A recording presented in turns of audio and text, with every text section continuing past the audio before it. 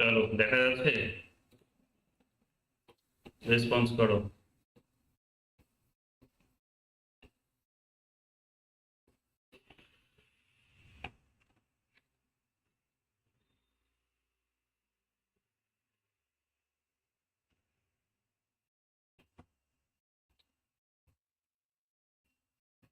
শোনা যাচ্ছে, দেখা যাচ্ছে?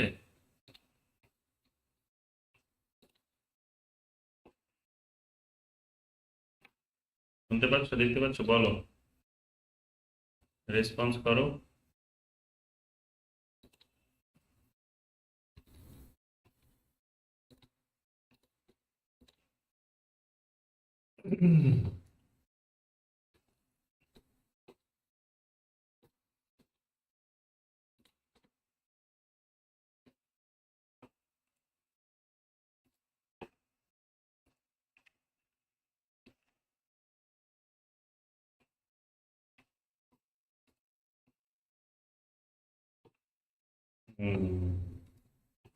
দেখা যাচ্ছে, শোনা যাচ্ছে কিনা রেসপন্স করো জলদি।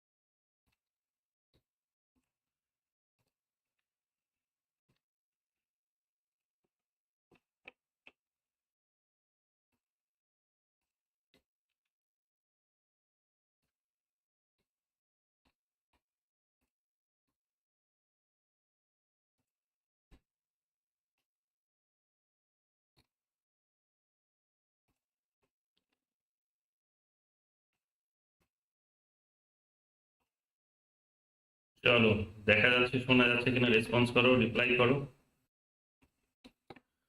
জলদি একটু।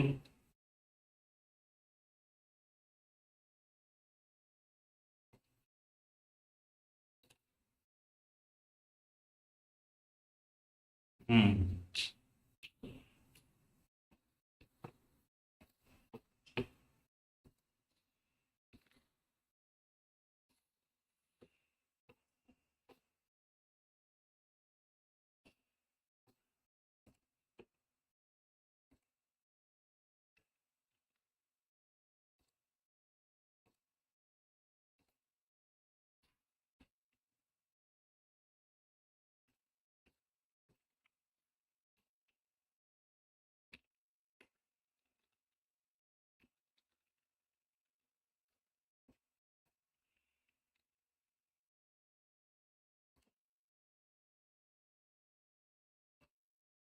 ওকে, বাকিরা জলদি জয়েন করো, টাইম হয়ে গেছে আজকে ক্লাসের। আজকে তাড়াতাড়ি শুরু করব, তাড়াতাড়ি শেষ করব। ওকে, তাড়াতাড়ি শুরু করব, তাড়াতাড়ি শেষ করব আজকে।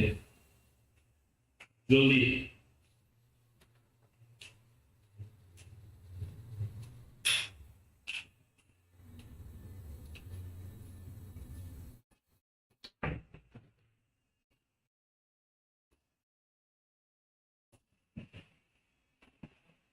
তাড়াতাড়ি শুরু করব, তাড়াতাড়ি শেষ করব। জলদি জয়েন করে যাও, জলদি জয়েন করে যাও। তাড়াতাড়ি শুরু করব, তাড়াতাড়ি শেষ করব। হুম,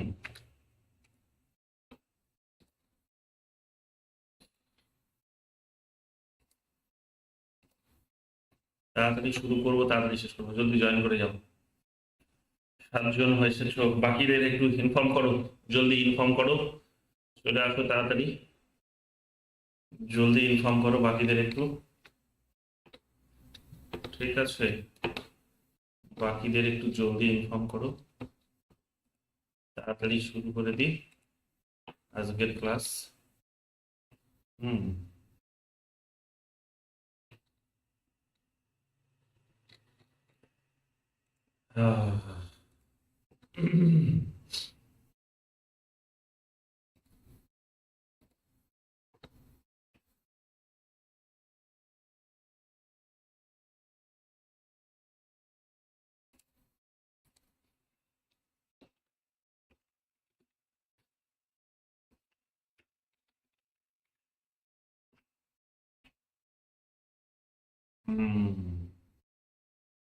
জলদি জয়েন করে যাও।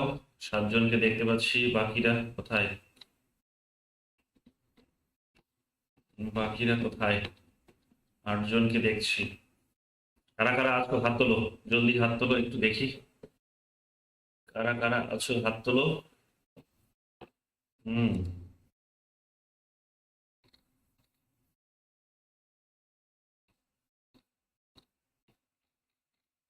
কারা কারা আছো হাত তোলো।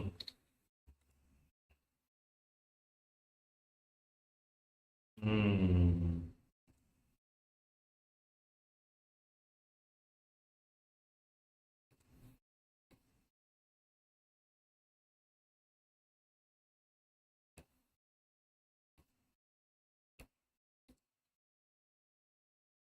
কারা কারা আছো বলো, জলদি হাত তোলো। নাজমুন নেশা, কাজরি, মৌলি, 4 জন। আট 9 জন হলে আর আছো কারা বলো।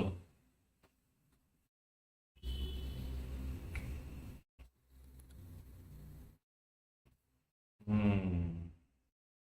সারাদিন পড়াশোনা ভালো চলছে তো? 2 ঘন্টা সময়টা রাখো, যে একটা ঠিক আছে, একটা আড্ডা হবে মনে করে এটাকে অ্যাটেন্ড করতে বসো। বাকি সারাদিন বাকি সারাদিন ভালো করে পড়ো। বাকি সারাদিন ভালো করে পড়ো। দেখো তোমাদের হয়ে যাবে, ঠিক আছে? হয়ে যাবে, ঠিক আছে? চাপ নিতে হবে না, একদম চাপ নেবে না। চলো আমরা 5-এ শুরু করে দেবো, আর 1 মিনিট বাদেই আমরা কিন্তু শুরু করব। ঠিক আছে, আর 1 মিনিট বাদেই আমরা শুরু করব। তো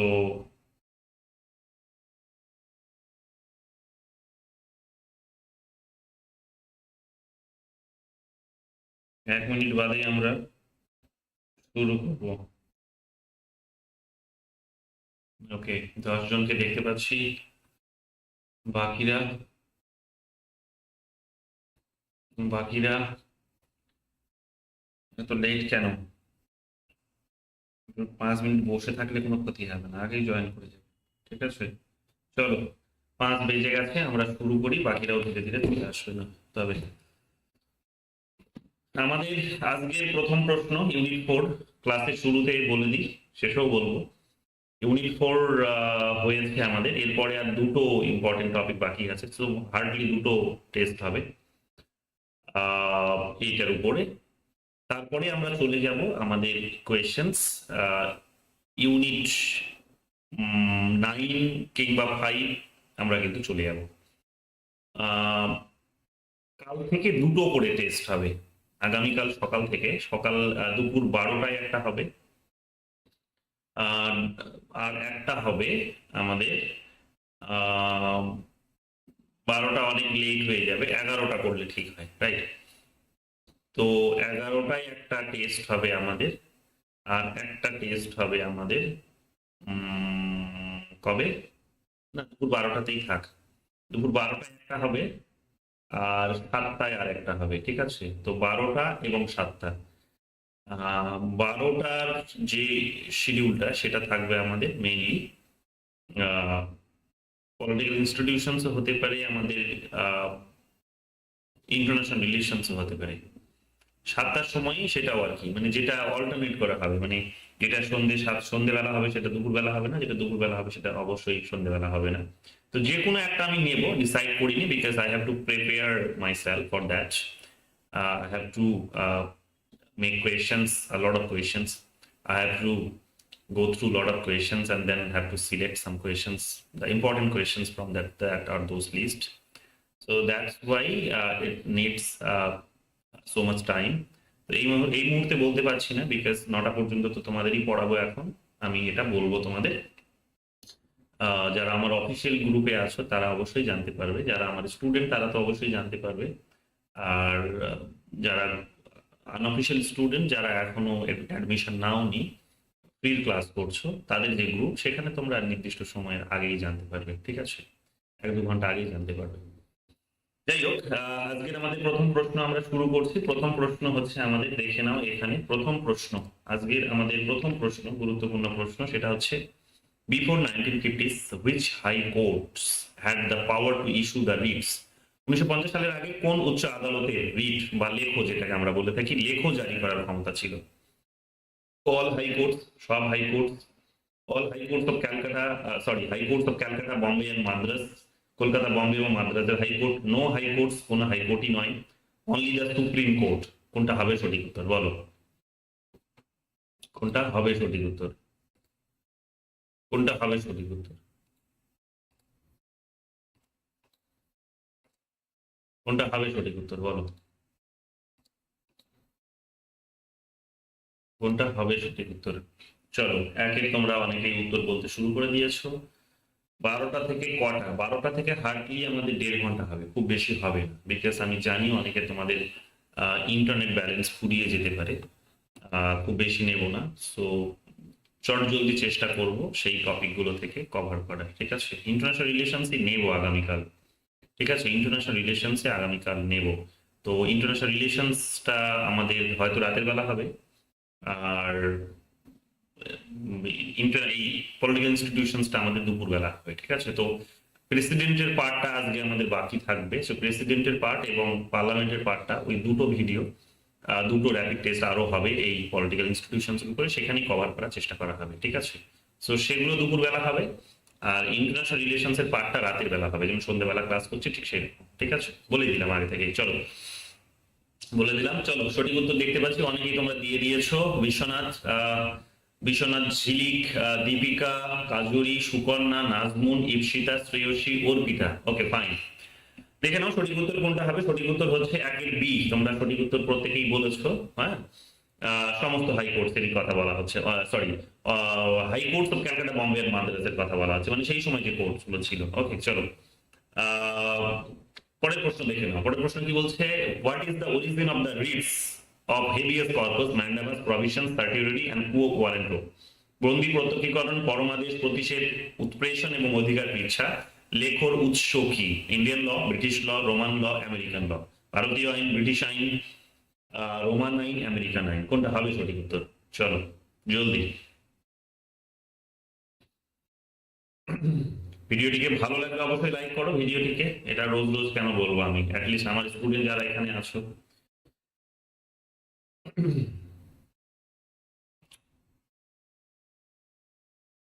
দুইয়ের ঝিলিক বলছে এ, ময়ূরী বলছে এ, দীপিকা বলছে এ, ব্রিটিশ। আচ্ছা, ওকে ওকে। কাজলি বলছে এ, ঈপ্সিতা বলছে এ, শ্রেয়সী বলছে এ, অর্পিতা বলছে এ, বিশ্বনাথ বলছে এ, নাজমুন নেশা বলছো এ। ওকে, ফাইন। চলো বাকিরা উত্তর দাও, কোনটা হবে সঠিক উত্তর? বাকিরা উত্তর দাও, সঠিক উত্তর কোনটা হবে? ঠিক আছে, সঠিক উত্তর কোনটা হবে বলো? সঠিক উত্তর, ওকে চলো সঠিক উত্তরটি দেখে নিই আমরা। সঠিক উত্তর হচ্ছে ব্রিটিশ আইন, ব্রিটিশ ল। ওকে, ফাইন। 3 নম্বর প্রশ্ন দেখো কি বলছে, একটু চট জলদি করবে, ঠিক আছে? কালকে অনেকটা সময় লেগেছিল, আজকে একটু তাড়াতাড়ি করবে। Why are this writs known as prerogative writs in England? কেন এই লেখগুলি ইংল্যান্ডে বিশেষাধিকার লেখ হিসেবে পরিচিত? Because they are issued at the discretions of the supreme Court, কারণ এগুলি সুপ্রিম কোর্টের বিবেচনার ভিত্তিতে জারি করা হয়। Because they were issued as part of the king's personal authority, কারণ তাদের রাজার ব্যক্তিগত কর্তৃত্বের অংশ হিসেবে জারি করা হয়েছিল। Because they are the most common legal remedies, কারণ তারা সবচেয়ে সাধারণ আইনি প্রতিকার। Because they are unrelated to the king's authority, কারণ তারা রাজার কর্তৃত্বের সাথে সম্পর্কযুক্ত নয়। Which one is the right answer? কর্তৃত্বের সাথে সম্পর্কযুক্ত নয়, ঠিক আছে? ডি নাম্বার অপশন হচ্ছে কারণ তারা রাজার কর্তৃত্বের সাথে সম্পর্কযুক্ত নয়। 3-এর বিশ্বনাথ বলছো 3-এর এ, কাজুলি বলছো 3-এর বি। ওকে, নতুন স্টুডেন্ট আজকে দেখছি না, এগুলো সবই আমার স্টুডেন্ট। তোমরা নতুন স্টুডেন্ট দেখছি না আজকে। ওকে, আমার অফিসিয়াল স্টুডেন্ট নাও যারা, তাদের মধ্যে থেকে 2-1জনকে দেখছি। অর্পিতা মুখার্জি আছো, আর কাকে দেখছি? আর তো নতুন কাউকে দেখছি না। চলো যাক, সব জয়েন করবে ধীরে ধীরে, দেখি। চলো বলো কোনটা হবে সঠিক উত্তর? কারণ তারা রাজার কর্তৃত্বের সাথে সম্পর্কযুক্ত নয়। কোনটা হবে? 3-এর বি বলছো ঝিলিক। ওকে, ঝিলিক 3-এর বি বলছো, বিশ্বনাথ বি এ বলছো, মেঘের পালক কাজলি বলছো বি। ওকে, দীপিকা বলছো দীপিকা দাস। ওকে, দীপিকা দাসই বোধ হয় এক্ষুনি তুমি আমাকে SMS করেছিলে না, কল করেছিলে বা কিছু একটা। কল এবং এসএমএস করেছিল বোধহয়। ওকে, নাজমুন নেশা 3-এর এ, অর্পিতা 3-এর এ, সুকন্যা 3-এর এ। ওকে, আমি দীপিকা না তার দাসের মধ্যে গুলিয়ে না ফেলি আবার। ওকে চলো, দীপিকার আনসার কোথায় দেখছি না, কোনটা হবে? কেন এটা বিশেষাধিকার নামে পরিচিত? চলো, বিশেষাধিকার লেখো কেন? চলো সঠিক উত্তরটি দেখে নিই, অনেকে তোমরা সঠিক উত্তর দিয়ে দিয়েছো। সঠিক উত্তর হবে 3-এর বি। ওকে, 3-এর বি। তোমরা ভুল কি করলে, ভুল কি করে করলে? মেজরিটি তোমরা বলছো 3-এর বি, মেজরিটি বলছে 1, 2, 3, 4 জন বলছো। ওকে চলো, মিশ্র প্রতিক্রিয়া এসেছে। সঠিক উত্তরটি হবে 3-এর বি। ওকে, দীপিকা দাস এক্ষুনি ফোন করেছিল। Okay fine. 4 নম্বর কি বলছে? In England who was described as the fountain of justice in relations to writs, ইংল্যান্ডে লেখগুলির সাথে সম্পর্কিত বিচারের ফোয়ারা হিসেবে কাকে বর্ণনা করা হয়েছিল? দ্য চিফ জাস্টিস, দ্য প্রধান বিচারপতি, দ্য পার্লামেন্ট সংসদ, দ্য প্রাইম মিনিস্টার প্রধানমন্ত্রী, দ্য কিং রাজা। কোনটা হবে সঠিক উত্তর?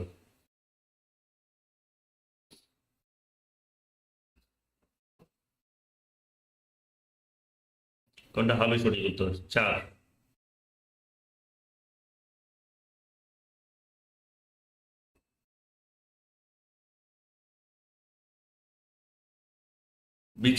বিচারের ফোয়ারা, গুরুত্বপূর্ণ প্রশ্ন এগুলো সব দেখবে, ঠিক আছে?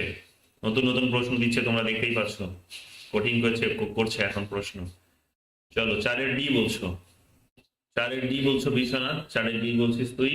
মেঘের পালো কাজলি বলছে 4-এর ডি, ঝিলিক বলছে 4-এর ডি, অর্পিতা বলছে ডি। ওকে চলো, প্রত্যেকের উত্তর ডি আসছে। দেখে নিই সঠিক উত্তর কোনটা, সঠিক উত্তর কোনটা দেখে নিই। In England, who was described as the fountain of justice in relations to writs, ইংল্যান্ডের লেখকগুলির সাথে সম্পর্কিত বিচারের ফোয়ারা হিসেবে কাকে বর্ণনা করা হয়েছিল? দেখে নিই সঠিক উত্তর কোনটা। সঠিক উত্তর হচ্ছে দ্য কিং রাজা। ওকে, রাজাকে এখানে বিচারের ফোয়ারা হিসেবে এখানে বর্ণনা করা হয়েছে। 5 নম্বর প্রশ্ন দেখো কি বলছে। What is the key difference between the writ jurisdiction of the supreme court and high court? Supreme court এবং হাই কোর্টের লেখর এখতিয়ারের মধ্যে মূল পার্থক্য কি?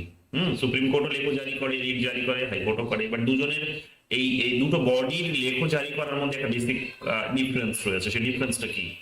The supreme Court can issue writs only for the enforcement of fundamental rights, Supreme Court শুধুমাত্র মৌলিক অধিকার প্রয়োগের জন্য লেখো জারি করতে পারে। High Court can issue writs only for the enforcement of fundamental rights, একটি হাইকোর্ট শুধুমাত্র মৌলিক অধিকার প্রয়োগের জন্য লেখো জারি করতে পারে।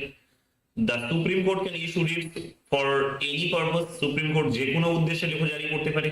The Supreme Court can issue writs for enforcing criminal laws, supreme court ফৌজদারি আইন প্রয়োগের জন্য লেখো জারি করতে পারে। Which one is the right answer? বলো।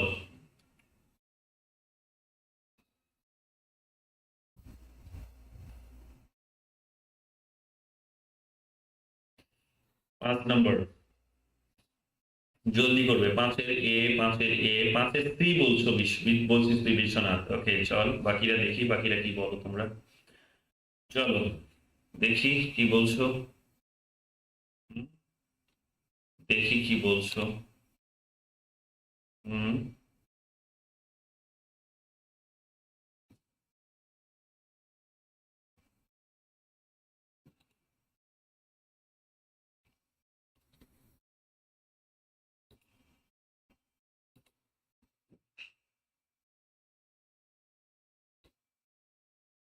ওকে ওকে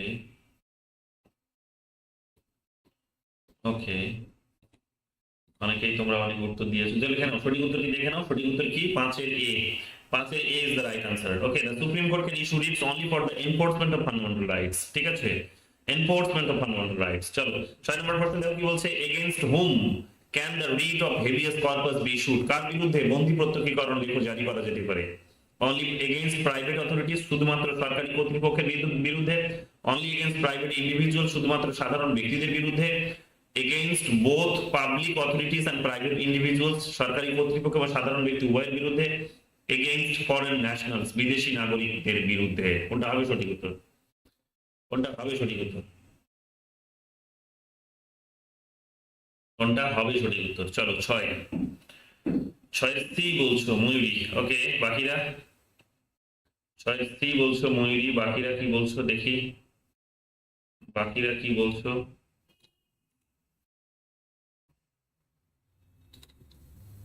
বাকিরা কি বলছো দেখি।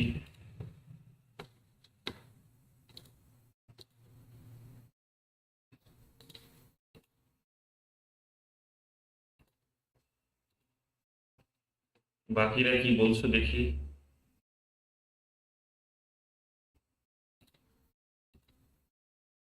ওকে, বাকিরা কি বলছো। ওকে, 6 সি উত্তর আসছে। 6 সি উত্তর আসছে, তাই তো। 6 সি উত্তর আসছে, চলো দেখে নাও সঠিক উত্তরটি দেখে নাও। সঠিক উত্তর কি বলছে, 6 সি। ওকে চলো, পরের প্রশ্নটি দেখো। পরের প্রশ্ন কি বলছে, পরের প্রশ্ন বলছে what is the literal meaning of the term mandamus. পরমাদেশ শব্দটির আক্ষরিক অর্থ কি। টু এনফোর্স দ্য কন্ট্রাক্ট, একটি চুক্তি কার্যকর করা। উই কমান্ড, আমরা আদেশ করি, মানে উই কমান্ড মানে পরমাদেশের কথা বলা আছে। উই কমান্ড মানে আমরা আদেশ করি সেটা। টু প্রহিবিট, নিষেধ করা, নিষেধ করা।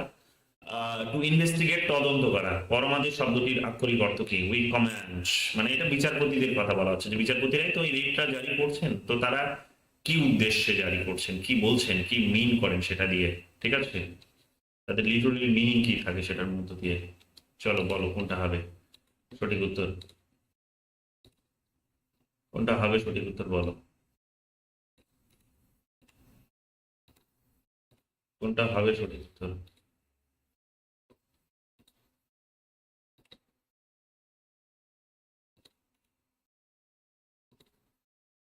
কোনটা হবে সঠিক উত্তর।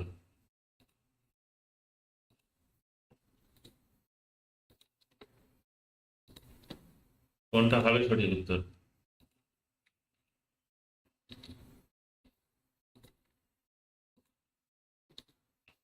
চলো সঠিক উত্তর তোমাদের অনেকের চলে এসেছে, সঠিক উত্তরটি দেখে নি। সঠিক উত্তর হচ্ছে আমরা আদেশ করি, উই কমেন্ট। 8 নম্বর প্রশ্ন দেখো কি বলছে। 8 নম্বর প্রশ্ন বলছে against whom can the writ of mandamus be issued. কাদের বিরুদ্ধে পরমাদেশ লেখটি জারি করা যেতে পারে। অনলি এগেইনস্ট প্রাইভেট ইন্ডিভিজুয়াল, শুধুমাত্র সাধারণ ব্যক্তিদের বিরুদ্ধে। Only against the president of India, শুধুমাত্র ভারতের রাষ্ট্রপতির বিরুদ্ধে। Against public officials, public bodies, corporations and others, সরকারি কর্মকর্তা, সরকারি সংস্থা, কর্পোরেশন এবং অন্যান্যদের বিরুদ্ধে। এগেইনস্ট স্টেট গভর্নর্স, রাজ্যের রাজ্যপালদের বিরুদ্ধে। কোনটা হবে সঠিক উত্তর, কোনটা হবে সঠিক উত্তর। চলো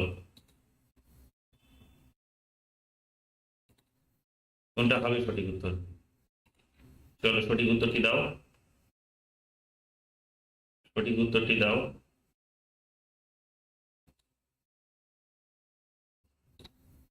সঠিক উত্তরটি দাও। সঠিক উত্তরটি দাও, কোনটা হবে।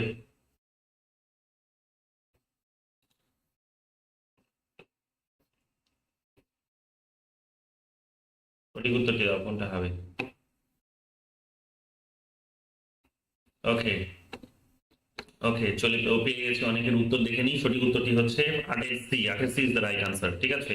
Against public officials, public bodies, corporations and others.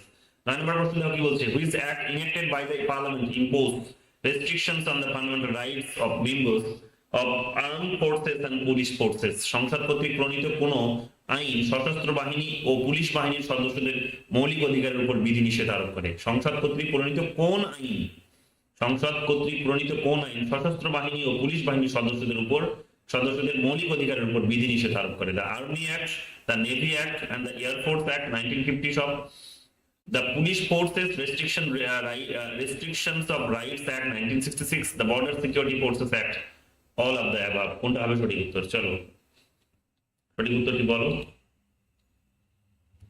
সঠিক উত্তরটি বলো, সঠিক উত্তরটি বলো। 16 জন তোমরা এই মুহূর্তে লাইভটি দেখছো, আমি দেখছি 16 জন তোমরা দেখছো। ওকে ঠিক আছে, চলো সঠিক উত্তরটি দেখি কতজনের সঠিক উত্তর আছে। 9-এর অলরেডি সঠিক উত্তর অনেকের এসে গেছে। পঞ্চমী মুদি শুধু এক লিখে ছেড়ে দিয়েছে, কোনটা হবে পঞ্চমী মুদি। ওকে, 9-এর সঠিক উত্তর কোনটা হবে। 9-এর এ বলেছো, ময়ূরী বলেছে শুধু 9-এর ডি, বিশ্বনাথ বলেছে 9-এর ডি। পঞ্চমী মুদি ডিলিট করে দিয়ে আবার নতুন করে লিখছে, আই হোপ। ওকে বাকিরা বলো জলদি। দীপিকা বলছে 9-এর ডি। ওকে সঠিক উত্তরটি দেখে নাও। কাজুরি বলছে 9-এর এ, অর্পিতা বলছে 9-এর এ, শ্রেয়সী বলছে 9-এর এ। এটা সঠিক উত্তরটি হবে এখানে অল অফ দা অ্যাভাব, উপরের সবগুলোই সঠিক। ওকে 10 নম্বর প্রশ্ন দেখো কি বলছে। 10 নম্বর প্রশ্ন বলছে which article of the Indian constitution implicitly authorizes the imposition of martial law. ভারতীয় সংবিধানের কোন অনুচ্ছেদটি পরোক্ষভাবে সামরিক আইন জারির অনুমোদন দেয়? Article 32, article 33, article 34, article 35. Which one is the right answer?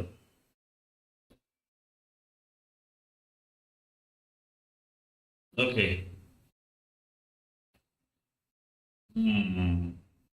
Good, প্রত্যেকে উত্তর করছো, ভালো লাগছে দেখে। ওকে, বলো বাকিরা।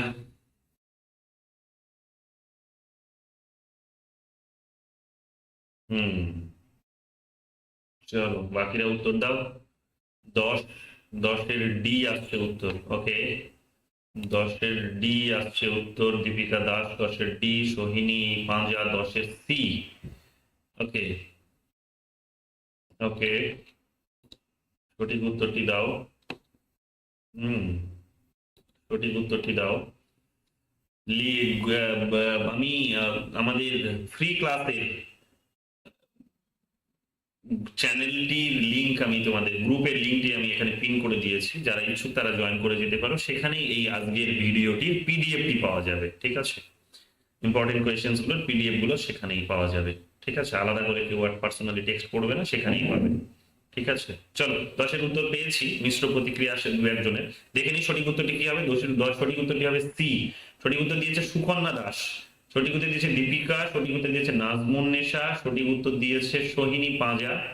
সঠিক উত্তর বাকি আর কারো কিন্তু দেখছি না। ওকে, সকলে ভুল। শ্রেয়সী মুখার্জি এখন 10-এর সি বলেছে। ওকে ফাইন, তাহলে আমরা দেখতে পাচ্ছি যে এই কয়েকজন শুধু তোমরা দিয়েছো ভালো উত্তর, বাকিরা তোমরা ভুল বলেছো। Which article of Indian constitution implicitly authorizes the imposition of martial law? 34। Okay, গুরুত্বপূর্ণ আর্টিকেল, ভালো করে দেখবে। 11 নম্বর কোয়েশ্চেন দেখো কি বলছে। Which article originally guaranteed every citizen the right to acquire, hold and dispose of property? কোন অনুচ্ছেদটি মূলত প্রত্যেক নাগরিকের সম্পত্তি অর্জন, ধারণ এবং নিষ্পত্তি করার অধিকার নিশ্চিত করে? Article 14, article 31, article 19, 1, article 21। ধারা 14, ধারা 31, ধারা 19, ধারা 21। কোনটা হবে সঠিক উত্তর? কোনটা হবে সঠিক উত্তর? চলো বলো কোনটা হবে সঠিক উত্তর। 11। কোন অনুচ্ছেদটি মূলত প্রত্যেক নাগরিকের সম্পত্তি অর্জন, ধারণ এবং নিষ্পত্তি করার অধিকার নিশ্চিত করে? কোনটা হবে সঠিক উত্তর? কোনটা হবে সঠিক উত্তর? কোনটা হবে সঠিক উত্তর?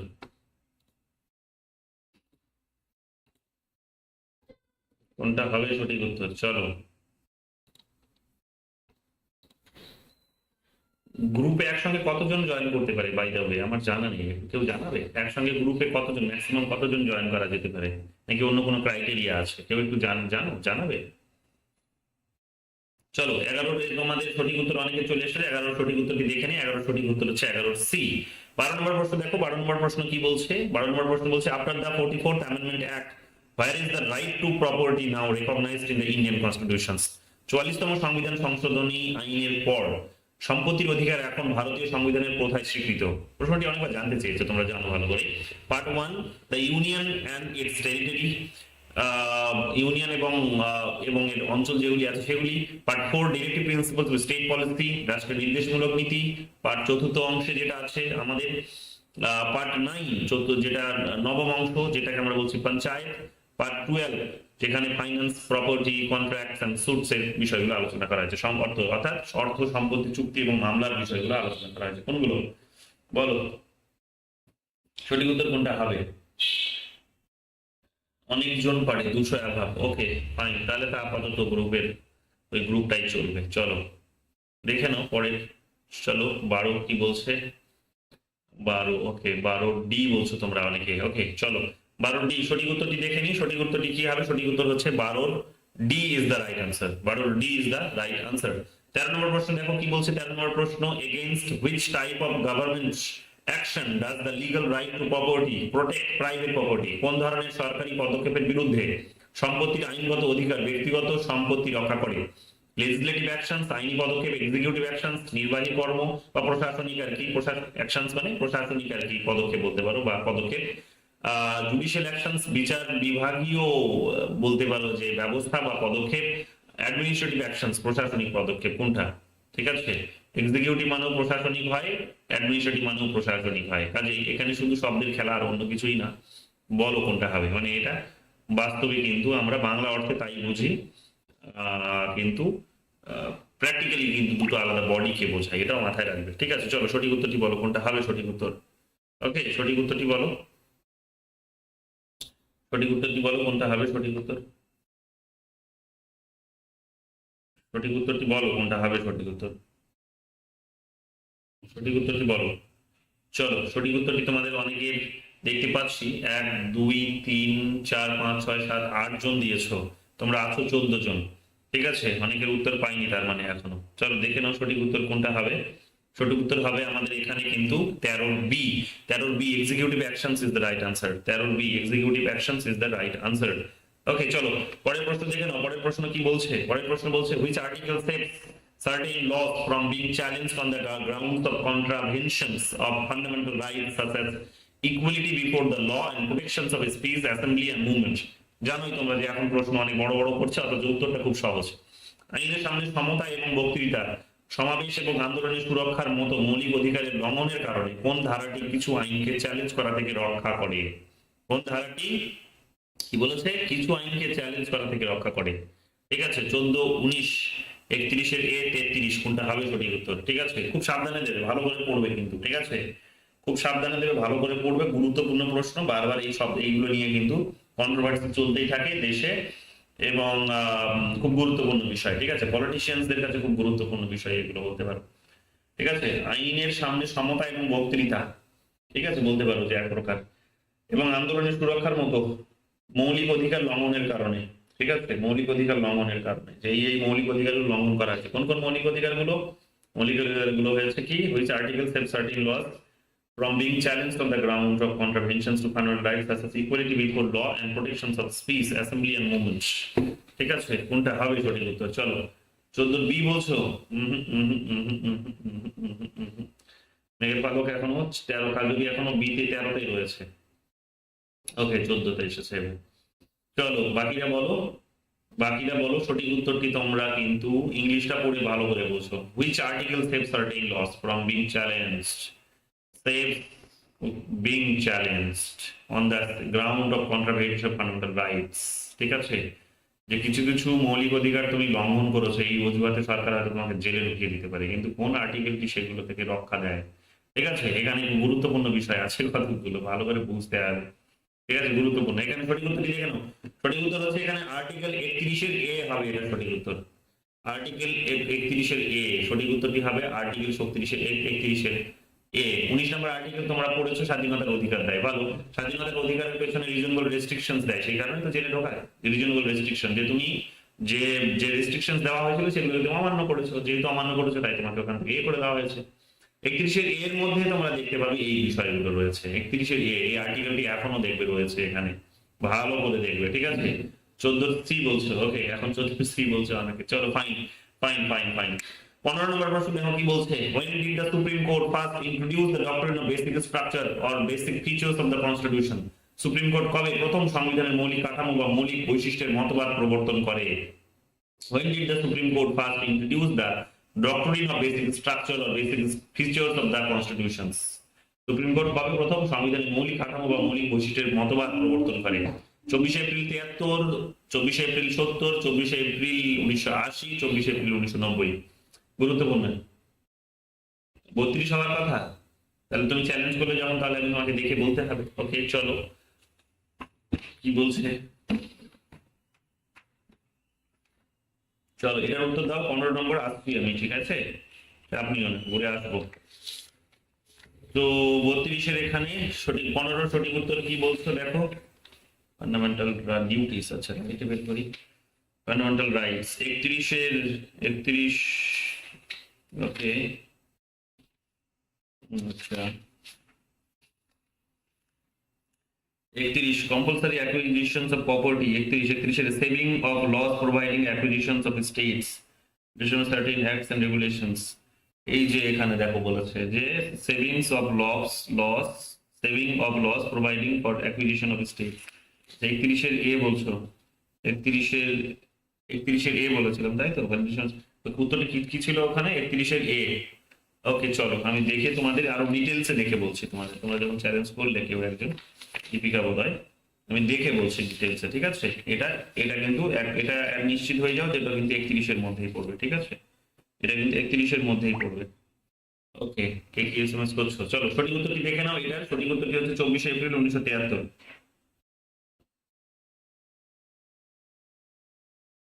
কি বলছো?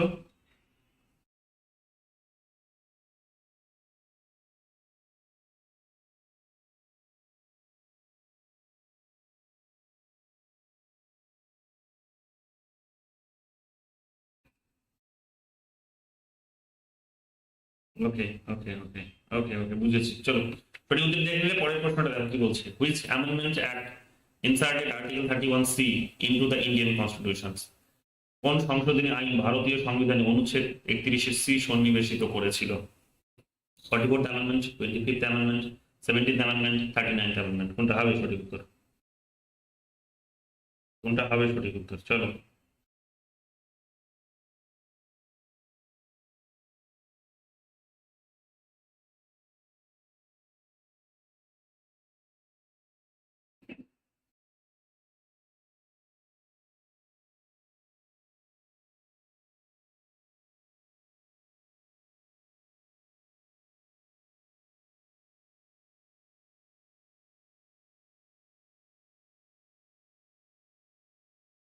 চলো সঠিক উত্তরটি দেখে নাও। সঠিক উত্তর হয়ে যাবে 25th অ্যামেন্ডমেন্ট। 25th অ্যামেন্ডমেন্ট সঠিক উত্তরটি হয়ে যাবে 25th অ্যামেন্ডমেন্ট অ্যাক্ট, 25তম সংশোধনী আইন। 17 নম্বর প্রশ্ন দেখো কি বলছে। 17 নম্বর প্রশ্ন হচ্ছে which amendment act extended the scope of the first provisions of article 31C? কোন সংশোধনী আইন 31-C ধারার প্রথম বিধানের পরিধি বাড়িয়েছে? 44th amendment, 42nd amendment, 25th amendment, 39th amendment, কোনটা হবে সঠিক উত্তর?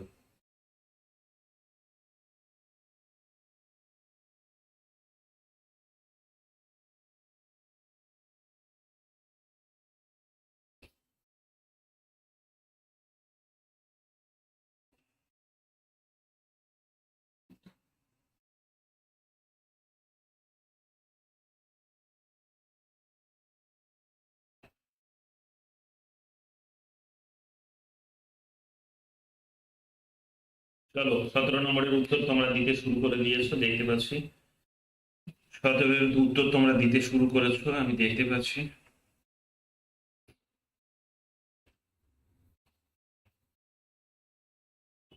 হুম।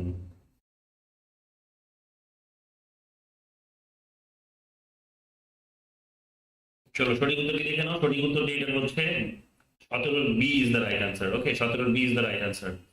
18 নম্বর প্রশ্ন দেখো কি বলছে। In which case was the extension of article 31C's first provision declared unconstitutional? কোন ক্ষেত্রে অনুচ্ছেদ 31C এর প্রথম বিধানের বর্ধিতকরণকে অসাংবিধানিক ঘোষণা করা হয়েছিল? Kesavananda Bharati case, Minerva mill case, Golaknath case, Maneka Gandhi case, কোনটা হবে সঠিক উত্তর বলো?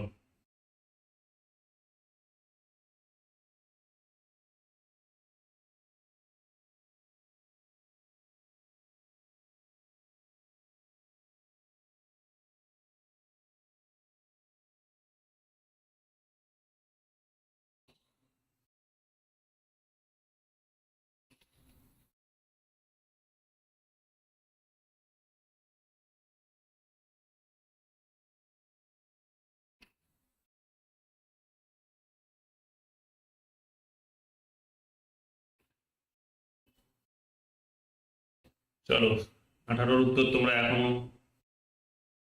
খুব কম জনকেই দেখছি। সোহিনী এখনো 17তেই আছে। 18 উত্তর দাও। চলো পারছো না তো, চলো দেখে নি, খুব বেশি খুব কম রেসপন্স আসছে। সঠিক উত্তরটি দেখে নাও। সঠিক উত্তরটি হচ্ছে Minerva mill case, Minerva mills case. ওকে চলো, পরে ভালো করে পড়ে নেবে যেগুলো ভুল হচ্ছে, খুব ভালো করে পড়বে। 19 নম্বর প্রশ্ন দেখো কি বলছে। Who famously refer to the constitution of India as the paradise of lawyers? কে বিখ্যাতভাবে ভারতের সংবিধানকে আইনজীবীদের স্বর্গ বলে উল্লেখ করেছেন? Doctor B R Ambedkar, Mahatma Gandhi, sir Ivor Jennings, Jawaharlal Nehru.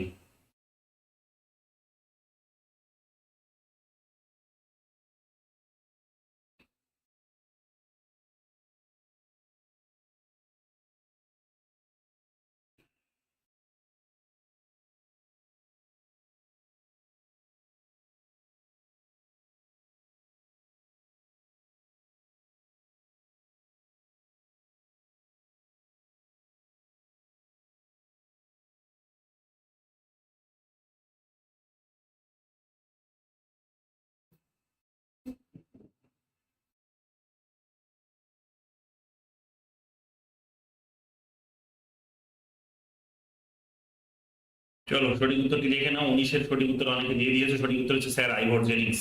20 নম্বর প্রশ্ন দেখো কি বলছে, which constitutional right protect individual from being deprived of their property without the authority of law. কোন সাংবিধানিক অধিকার আইনের কর্তৃত্ব ছাড়াই ব্যক্তিদের তাদের সম্পত্তি থেকে বঞ্চিত হওয়া থেকে রক্ষা করে? Article 14, article 265, article 301, article 300A।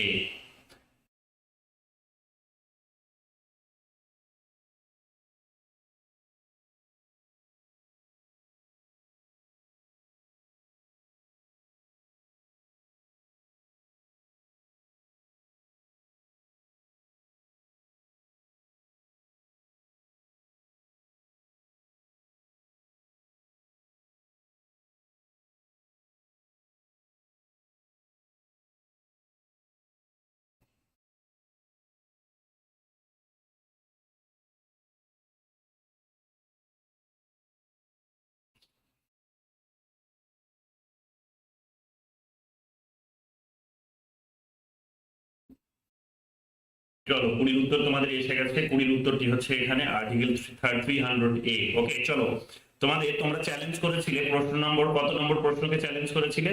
তোমরা প্রশ্ন করেছিলে, চ্যালেঞ্জ করেছিলে প্রশ্নটি যেটি এটি তো, which article saves certain laws from being challenged on the ground of contravention of fundamental rights such as equality before law and protections of speech, assembly and movement। ঠিক আছে, এটির উত্তর সঠিক উত্তর বলেছিলাম 31 এর A।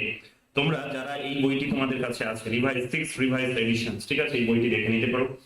লক্ষ্মীকান্তের আমি এই বইটা থেকেই তোমাদের পড়িয়েছি পড়ানোর সময়। তারপরেও তোমরা কেন গোলাচ্ছ জানি না, এখানে দেখো বলা রয়েছে 7.26 নাম্বার পেজে চলে আসো, পেজ নাম্বার 7.26।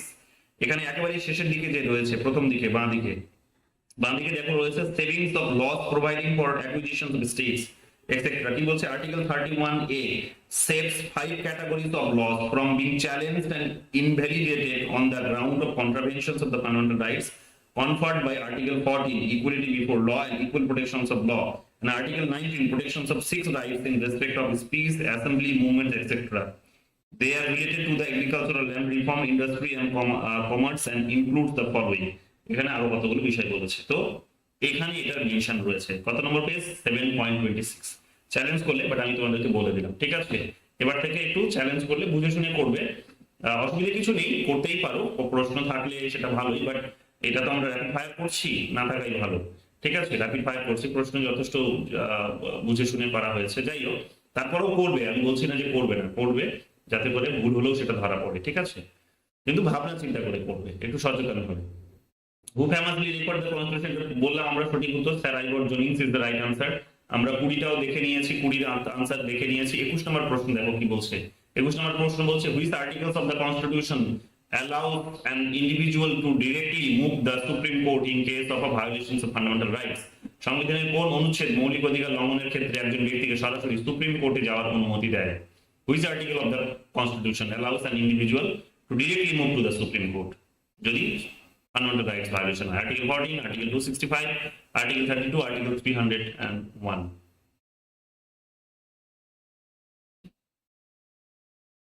কোনটা হবে সঠিক উত্তর? ওকে, 21-এর তোমরা কি বলছো দেখে নাও, সঠিক উত্তরটি কি হবে? 21-এর সঠিক উত্তরটি হবে আর্টিকেল 32, আর্টিকেল 32। ওকে, 22 নম্বর প্রশ্ন দেখো কি বলছে। 22 নম্বর প্রশ্ন বলছে, what type of judicial system does the Indian constitution have? ভারতীয় সংবিধানে কোন ধরনের বিচার ব্যবস্থা রয়েছে? ফেডারেল জুডিশিয়াল সিস্টেম, যুক্তরাষ্ট্রীয় বিচার ব্যবস্থা, ইন্টিগ্রেটেড জুডিশিয়াল সিস্টেম, সমন্বিত বিচার ব্যবস্থা, ডিসেন্ট্রালাইজড জুডিশিয়াল সিস্টেম, বিকেন্দ্রীকৃত বিচার ব্যবস্থা, ইন্ডিপেন্ডেন্ট জুডিশিয়াল সিস্টেম, স্বাধীন বিচার ব্যবস্থা, আর শেষে আরেকটা দিয়েছে আমি, both B and D, B এবং ডি উভয়ই। কোনটা হবে সঠিক উত্তর? What type of judicial system does India constitution have? কোনটা হবে? ওকে, 22-এর উত্তর অনেকে তোমরা দিয়েছো।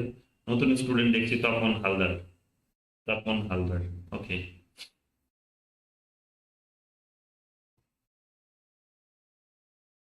তপন হালদারের নাম শুনে আমার এক বন্ধুর কথা মনে পড়ে গেল। যখন কল্যাণী ইউনিভার্সিটিতে পড়তাম, তখন আমার এক বন্ধু ছিল, মানে ওই আমার ব্যাচমেট, আমার থেকে অনেক সিনিয়র ছিলেন উনি, বাট দাদা, খুব ভালো মানুষ। তপন হালদার নাম ছিল। ওকে।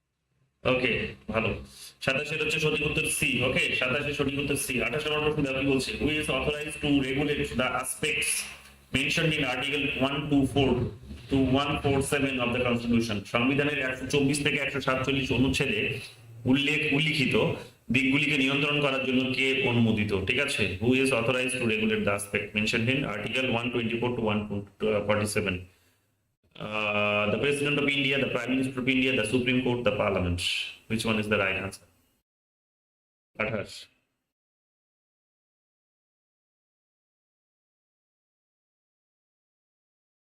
তা বলে এতটা স্লো দীপিকা যে আমার উত্তর দেওয়ার পর তুমি তোমার আমি কমেন্ট করতে পারবো? তাহলে তো আমি বুঝবো যে তুমি আমার উত্তর করার পর তুমি করছো, তাই কি? দেখে দেখে করছো।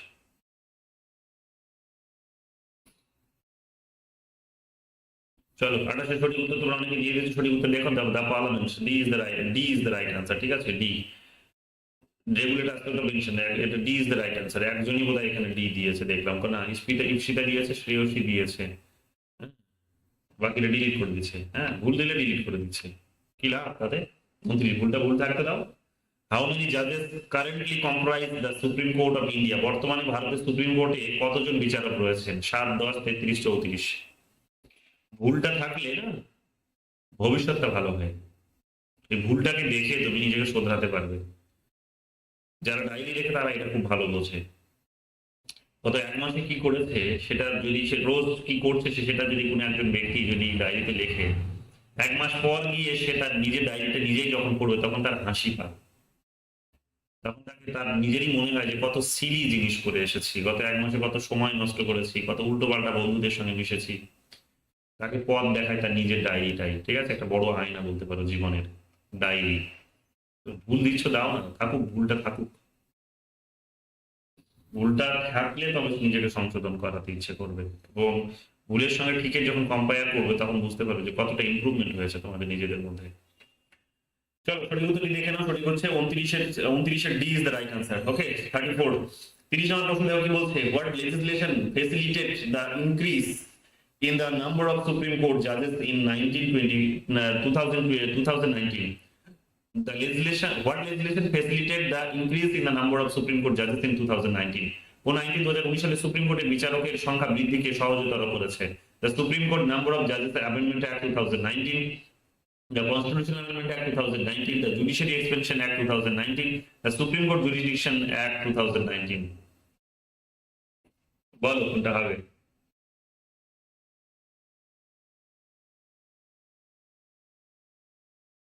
আচ্ছা, আমার কাছে লেটে পৌঁছচ্ছে। ওকে, ওকে, তাই নিলাম। চলো, সঠিক উত্তরটি বলো।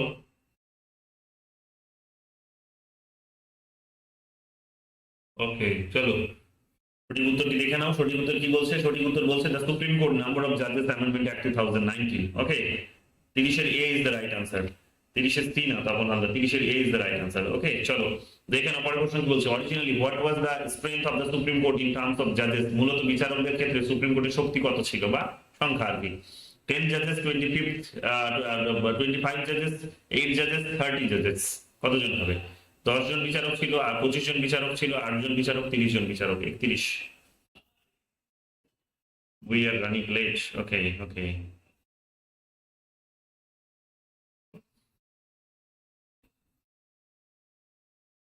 কোন দিক থেকে রানিং লেট? ওকে, চলো সঠিক উত্তর দেখে নাও। 31। 31-এর সঠিক উত্তর দেখে নাও। 31-এর সঠিক উত্তর চলে এসেছে। সঠিক উত্তর তোমরা অনেকে দিয়ে দিয়েছো। সঠিক উত্তর হচ্ছে 8 জাজেস, 8 জন বিচারক। শুরুতে 8 জন ছিল। ওকে, 32 নম্বর প্রশ্ন দাও কি বলছে, ইন দ্য অ্যাপয়েন্টমেন্ট অফ জাজেস other than the chief justice whose constitution consultation is obligatory? প্রধান বিচারপতি ছাড়া অন্য বিচারক নিয়োগের ক্ষেত্রে কার পরামর্শ বাধ্যতামূলক? The president, the parliament, the prime minister, the chief justice?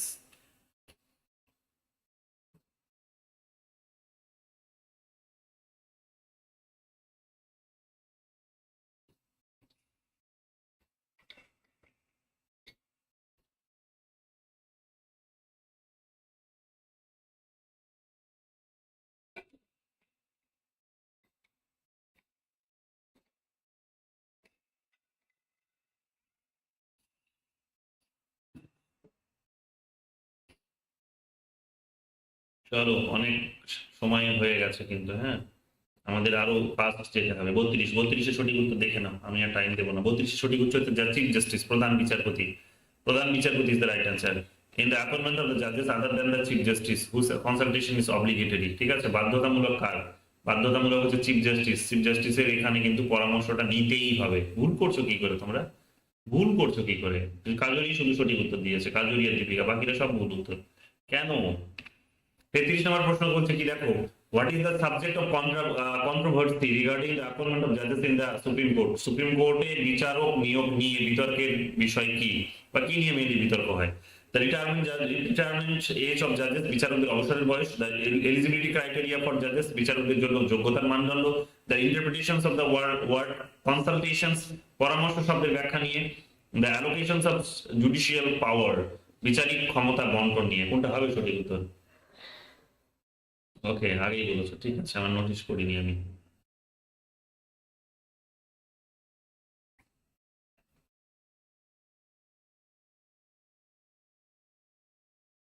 ওকে,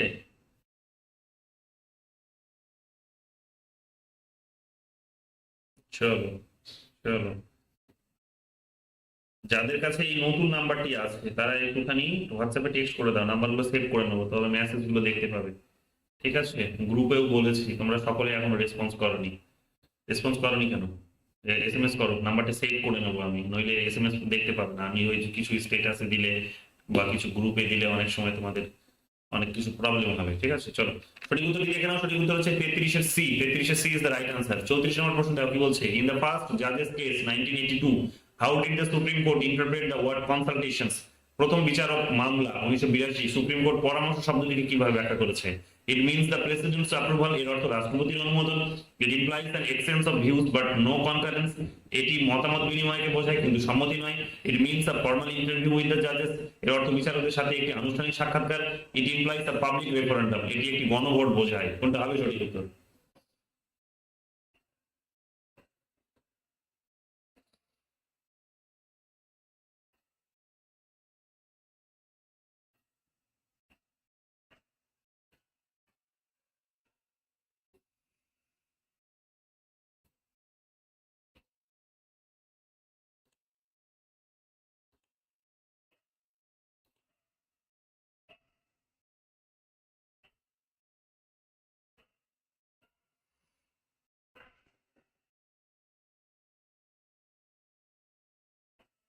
চলো, 34 এর উত্তর অনেকে দিয়ে দিয়েছে, সঠিক উত্তরটি দেখে নাও। সঠিক উত্তর হচ্ছে it implies an exchange of views but not concurrence.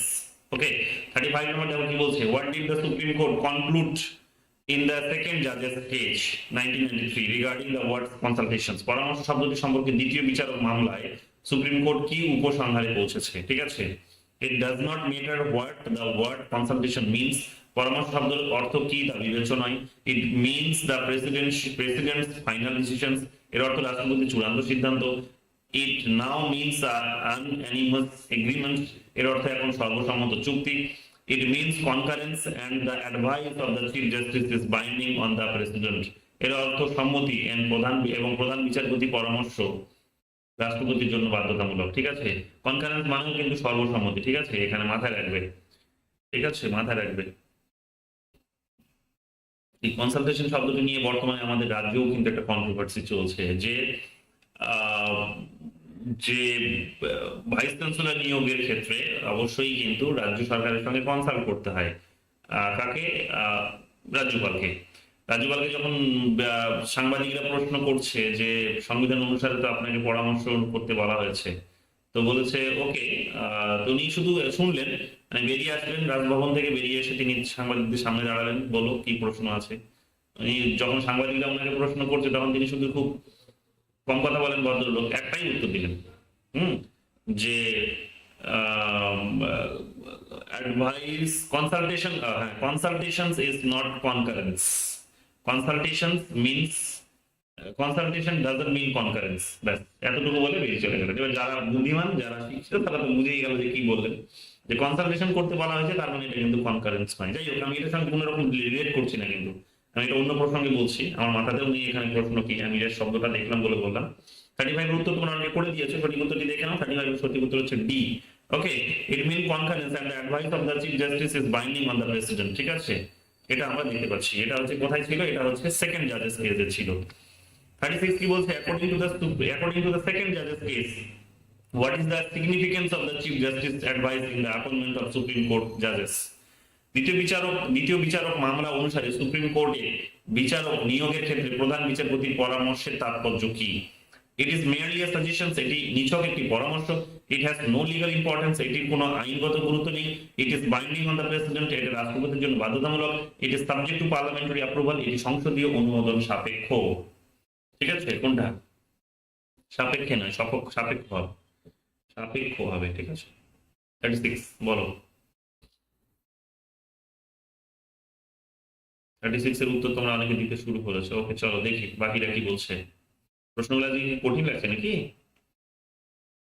সংখ্যা কম দেখছি আজকে গ্রুপে, আজকে লাইভে। কঠিন প্রশ্ন তাই পালিয়ে যাচ্ছে। একটু সহজ দিলে তখন দেখবে শুধু পার্সি দেখে একটা এনার্জি কাজ করে থেকে যায়। কিন্তু সবসময় তো সহজ প্রশ্ন পরীক্ষা আসবে না, 60% প্রশ্ন আননোন আসবে, তো কি করবে সেখানে? 36 এর সঠিক উত্তরটি দেখো কি বলছে। It is binding on the president, it is binding on the president. Okay, 36 এর সঠিক উত্তর দেখে নিলাম। 37 দেখো কি বলছে। How does the chief justice of India make decisions regarding judicial appointments? ভারতের প্রধান বিচারপতি কিভাবে বিচার বিভাগীয় নিয়োগের বিষয়ে সিদ্ধান্ত নেন? It makes unilateral decisions without consulting anyone. কারোর সঙ্গে পরামর্শ না করে তিনি একতরফা সিদ্ধান্ত নেন। হি কনসাল্ট উইথ অল জাজেস অফ দ্য সুপ্রিম কোর্ট, তিনি সুপ্রিম কোর্টের সব বিচারপতির সঙ্গে পরামর্শ করেন। He consulted with two of his senior most colleague, তিনি তার দুই সিনিয়র সহকর্মীর সাথে পরামর্শ করেন। He consulted with the president, তিনি রাষ্ট্রপতির সঙ্গে পরামর্শ করেন।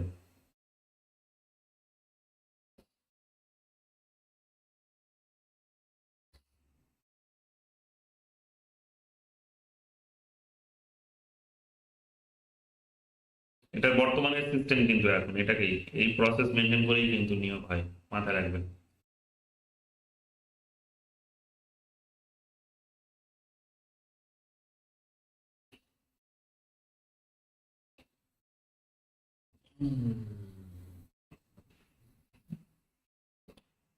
দিন বসে থেকে থেকে হাত পা ব্যথা হয়ে যাচ্ছে।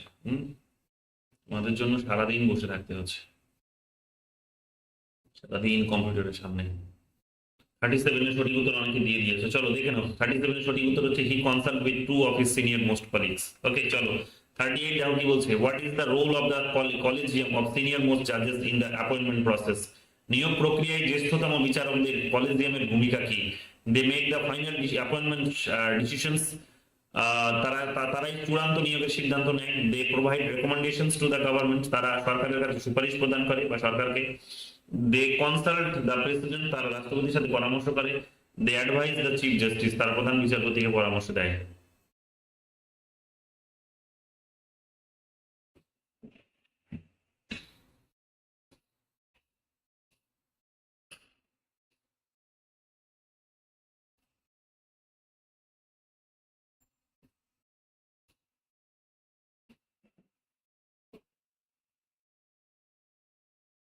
চলো 38 এর তোমরা অনেকে উত্তর দিয়ে দিয়েছে। আরিয়ান ফারাবি, হেগার্ল। আচ্ছা, হেগার্লটা আবার কে, কাকে ইন্ডিকেট করছে? পড়াশোনা করতে এসছে না এখানে ছাগলাম করতে এসছো ভাই? 38 দেখো সঠিক উত্তর কি। সঠিক উত্তর হচ্ছে এখানে কিন্তু 38 এর বি। ঠিক আছে, 38 এর বি। 39 কি বলছে দেখো। What constitutional amendment act and accompanying legislation replaced the collegium system for appointing জাজেস to the supreme court and high courts in 2014? 2014 সালে সুপ্রিম কোর্ট এবং হাইকোর্টে বিচারক নিয়োগের জন্য কোন সাংবিধানিক সংশোধনী আইন এবং তার সাথে যুক্ত আইনটি কলেজিয়াম ব্যবস্থাকে প্রতিস্থাপিত করেছিল? 98 কনস্টিটিউশনাল অ্যামেন্ডমেন্ট অ্যাক্ট, 98তম সাংবিধানিক সংশোধনী আইন, 100 constitutional amendment act, 99 constitutional amendment act, 101st constitutional amendment act, কোনটা হবে সঠিক উত্তর?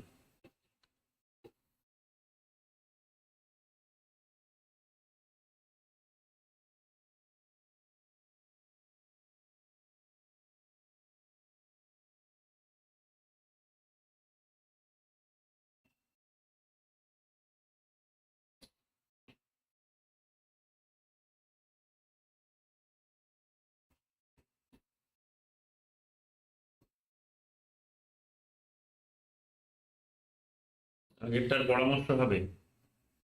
কত নম্বর? আচ্ছা, আগেরটা দেখে নি, কি বললে? What is the role of the recommendations to the government? What is the role of the collegium of senior most judges in the appointment system? নিয়োগ প্রক্রিয়ায় জ্যেষ্ঠতম বিচারকদের কলেজিয়ামের ভূমিকা কি? They provide recommendations to the government. তারা সবাই মিলে কি করে? তারা সবাই মিলে এখানে কিন্তু করে, মেইনলি সরকারকেই রেকমেন্ড করে, সরকারকে রেকমেন্ড করে। তারা চিফ জাস্টিসকে অ্যাডভাইস করে না। চিফ জাস্টিসকে অ্যাডভাইস করার অর্থটা হচ্ছে যে চিফ জাস্টিস হচ্ছে এখানে সুপ্রিম, এদের কোনো ভূমিকা নেই, ঠিক আছে? কিন্তু এরা তিনজনই সমান এখানে। তো সেই কারণে they provide recommendations to the government, এটা হচ্ছে মোস্ট অ্যাপ্রোপ্রিয়েট আনসার। যখন আমি বলবো আমি তোমার সাথে তোমাকে অ্যাডভাইস করছি, তাই না? যখন আমি বলবো যে অ্যাডভাইস করছি, ঠিক আছে, তো তখন তো তুমি সুপিরিয়র হয়ে যাবে, আমি তো না। কিন্তু এখানে তিনজনই সমান, মানে এই পার্টিকুলার এই ফাংশনস এর ক্ষেত্রে, ঠিক আছে? তো তখন স্বাভাবিকভাবে এটা হয়ে যাবে কি, যে তিনজন মিলে ওই কাজটি করে। চলো 39 দেখে নাও, 39 এর সঠিক উত্তরটি দেখে নাও। 39 এর সঠিক উত্তর হচ্ছে 99th constitution amendment act, 99th constitution amendment act, 99তম সাংবিধানিক সংশোধনী আইন। ওকে, চলো 40তম প্রশ্ন দেখো কি বলছে। 40 নম্বর প্রশ্ন বলছে, what is the name of the new body established to replace the collegium system for judicial appointment? বিচার বিভাগীয় নিয়োগের জন্য কলেজিয়াম ব্যবস্থা প্রতিস্থাপনের জন্য প্রতিষ্ঠিত নতুন সংস্থার নাম কি? ন্যাশনাল জুডিশিয়ারি ওভারসাইট বোর্ড, জাতীয় বিচার বিভাগ ও ওভারসাইট বোর্ড, সেটা ওভারসাইটের মানে এখানে প্রপার আসেনি। Supreme court appointment council, supreme কোর্টের নিয়োগ পরিষদ, ন্যাশনাল জুডিশিয়াল অ্যাপয়েন্টমেন্ট কমিশন, জাতীয় বিচার বিভাগীয় নিয়োগ কমিশন, এটা রিসেন্টলি তৈরি হয়েছিল তোমরা জানো। জুডিশিয়ারি নমিনেশন প্যানেল, বিচার বিভাগীয় মনোনয়ন প্যানেল। সঠিক উত্তর কোনটা? বুঝেছো? ওকে, ফাইন। অনেক প্রশ্ন থাকলে অবশ্যই জিজ্ঞেস করবে, লুকিয়ে রাখবে না, সকলকেই বলছি।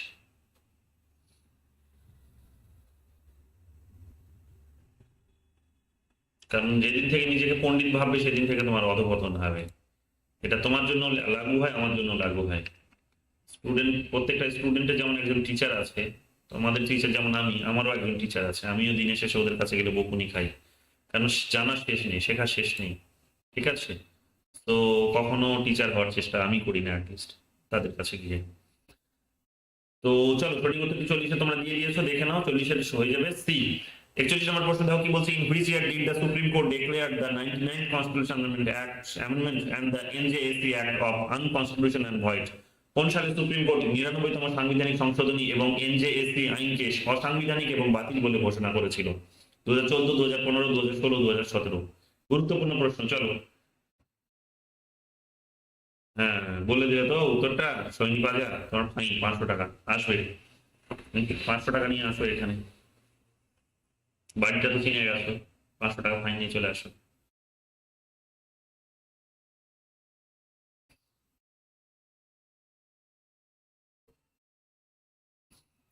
চলো সঠিক উত্তর কি দাও। সঠিক উত্তর বি বলছো। কে? দীপিকা নাথ বি বলছে, বাকিরা সবাই এ বলছে। বাকিরা এ বলছে, ঝিলিক, দীপিকা, ইফরিতা বলছে বি, কাজরি বলছে বি, অর্পিতা বলছে এ, ময়ূরী বলছে এ। ওকে, ওকে, ওকে, ওকে, বি বলছো দীপিকা, বাকিরা বলছো এ। 2014 সালে কি পড়ালাম আর কি পড়লে তোমরা! হাই কপাল, হাই ভগবান, হাই ঈশ্বর, কি করছো তোমরা! সঠিক উত্তরটি দেখো 2015 হবে। 2014 সালে নরেন্দ্র মোদী পাওয়ারে আসার পর আমি তোমাদের বলেছিলাম না যে এটি তিনি সংবিধানটা সংশোধন করিয়েছেন, এবং তারপরে আহ, তারপরে আমরা দেখতে পেলাম না যে পরের বছর গিয়ে সুপ্রিম কোর্ট বাতিল করে দিলেন। কি বলছো তোমরা, কি বলছো তোমরা! ঠিক আছে, এটি বাতিল করে দিলেন supreme court. What was the reason given by the Supreme Court for declaring the NJSC system as unconstitutional? NJSC ব্যবস্থাকে অসাংবিধানিক বলে ঘোষণা করার জন্য সুপ্রিম কোর্ট কি কারণ দেখিয়েছিল? It was too complicated, এটা খুব জটিল ছিল। It would have no impact on the judiciary, এটি বিচার ব্যবস্থায় কোনো প্রভাব পড়বে না। It would affect the independence of the judiciary, এটা বিচার বিভাগের স্বাধীনতা ক্ষতিগ্রস্ত হবে। It would reduce the number of judges, এতে বিচারকের সংখ্যা কমে যাবে। কোনটা হবে সঠিক উত্তর? হ্যাঁ, পরের বছর বাতিল হয়। সেটা তুমি 5 টাকা ফাইন নিয়ে কবে আসবে বলো? সোহিনী, তুমি উত্তর আগে বলে দিয়েছো, অর্ধেক উত্তর।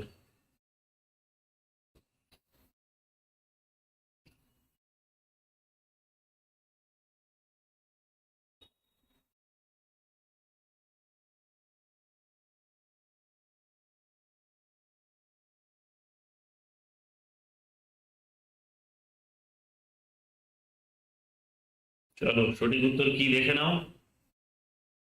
সঠিক উত্তরটা দেখে নাও, 42-এর সি বলছে, তাই তো? 42-এর সি বলছে। চলো 42-এর হচ্ছে সঠিক উত্তর সি।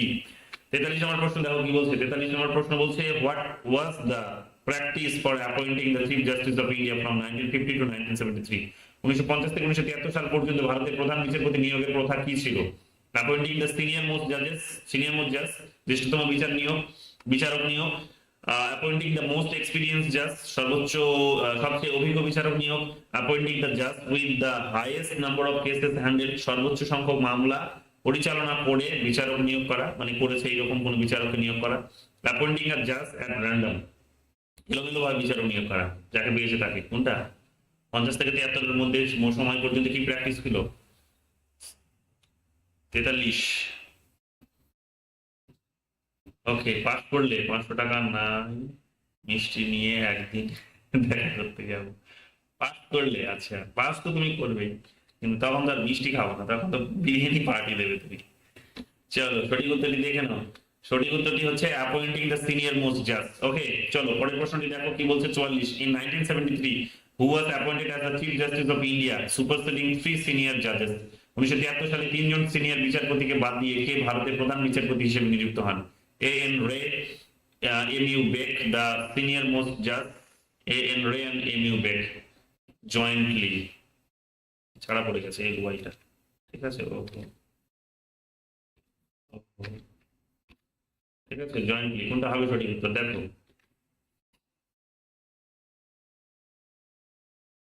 একটা তো দেখে নিজেই বোঝা যাচ্ছে যে ওটা হবে না।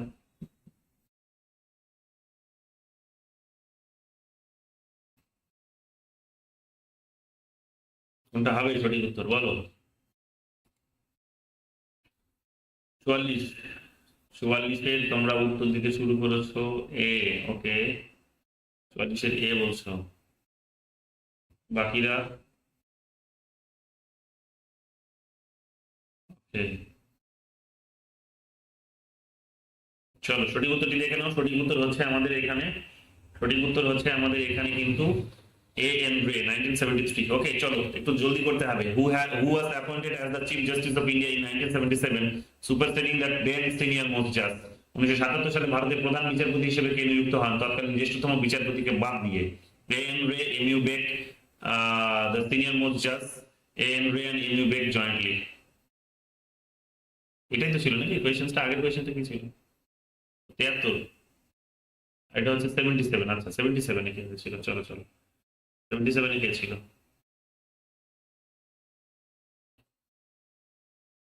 77-এ কে হয়েছিল? 45, 45 লাড্ডু কোয়েশ্চেন্স হয়ে গেল আগেরটা দেখে নেওয়ার পরে, তাই না? চলো, B is the right answer বলছে। চলো সঠিক উত্তরটি দেখে নাও, B is the right answer. 46 দেখো কি বলছে। What was the key outcome of the second জাজেস case in terms of chief justice appointments? প্রধান বিচারপতি নিয়োগের ক্ষেত্রে দ্বিতীয় বিচারক মামলার মূল ফলাফল কি ছিল? It established a term limit for chief justice, এটি প্রধান বিচারপতিদের জন্য একটি মেয়াদ সীমা নির্ধারণ করেছে। ইট আপহোল্ডস দ্য গভর্নমেন্টস ফুল ডিসক্রিশনস, এটি সরকারের সম্পূর্ণ বিচক্ষণতাকে বহাল রেখেছে। It restricted the appointment of chief justice to a select group of জাজেস, এটি প্রধান বিচারপতিদের নিয়োগকে বিচারকদের একটি নির্বাচিত গ্রুপের মধ্যে সীমাবদ্ধ করে। It created a system where only the senior most জাজ কুড বিকাম চিফ জাস্টিস, এটি এমন একটি ব্যবস্থা তৈরি করেছে যেখানে শুধুমাত্র জ্যেষ্ঠতম বিচারপতি প্রধান বিচারপতি হতে পারেন। কোনটা হবে সঠিক উত্তর? 46, 1977। ওকে ওকে ওকে ওকে, 77 বলছি।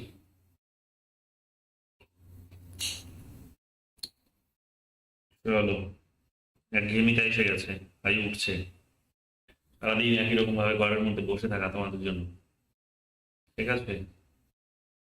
আমি এবং আরো দুটো ছেলে একসঙ্গে কাজ করছে, তোমাদেরকে এইরকম ভাবে প্রেজেন্টেশনটা দেওয়া হবে বলে, ঠিক আছে? কত খাটতে হয় জানো এগুলোর জন্য, কত পরিশ্রম করতে হয়। একবার করে দেখো, কেউ বুঝতে পারবে। 45 এর আনসার দেখাইনি? 45 এর আনসার, 45 এর আনসার তো এম ইউ বেক বললাম। চলো 46, 46 এর উত্তর অনেকে দিয়ে দিয়েছো, দেখে নাও। সঠিক উত্তর হচ্ছে কিন্তু ডি। 46 এর উত্তর দিয়েছো একজন গুরকি ময়ূরী। ওকে, বাকিরা এখানে ডি বলছে। চলে নাও পরের উত্তর দেখো কি বলছে। 47 কি বলছে? How many years of experience as a জাজ of the high court R required for appointment as a জাজ of the supreme court? Supreme কোর্টের বিচারক হিসেবে নিয়োগের জন্য হাইকোর্টের বিচারক হিসেবে কত বছর অভিজ্ঞতা প্রয়োজন? 2 ইয়ার্স, 5 ইয়ার্স, 10 ইয়ার্স, 15 years.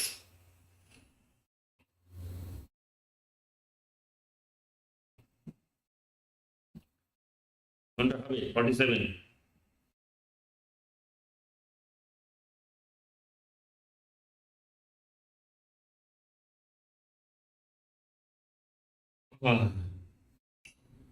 বলো।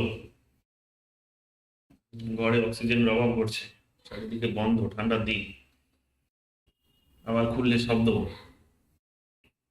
চলো 47। 47 এ সি। 47 এ সি বলছো কাজলি, বাকিরা বি বলছো সোহিনী, শ্রেয়সী। আচ্ছা, সি আর বি এর মধ্যে কনফিউশন দেখছি তোমাদের। চলো সঠিক উত্তরটি দেখে নাও। সঠিক উত্তরটি হচ্ছে 5 বছর। ঠিক আছে, 5 বছর। এখানে এটা সঠিক উত্তর হবে 47 এর বি। সোহিনী ঠিক বলছো, শ্রেয়সী ঠিক বলছো, নাজমুন ঠিক বলছো, ঝিলিক ঠিক বলছো, অর্পিতা ঠিক বলছো 47 এর। আর কারা ঠিক বলেছো? দীপিকা ঠিক বলেছে। ওকে চলো, বাকিরা ভুল হলো কেন দেখে নাও। ঠিক আছে, ছোট ছোট জিনিস এগুলো মিস করছো কেন? Who has the authority to determine whether a person is distinguished jurist in the context of Supreme Court judge appointment? কি বলছে? সুপ্রিম কোর্টের বিচারক নিয়োগের প্রেক্ষাপটে একজন ব্যক্তি একজন বিশিষ্ট আইনজ্ঞ কিনা তা নির্ধারণ করার ক্ষমতা কার আছে? The chief justice of India, the president of India, the parliament, the supreme court. কে নির্ধারণ করে? Distinguished jurist.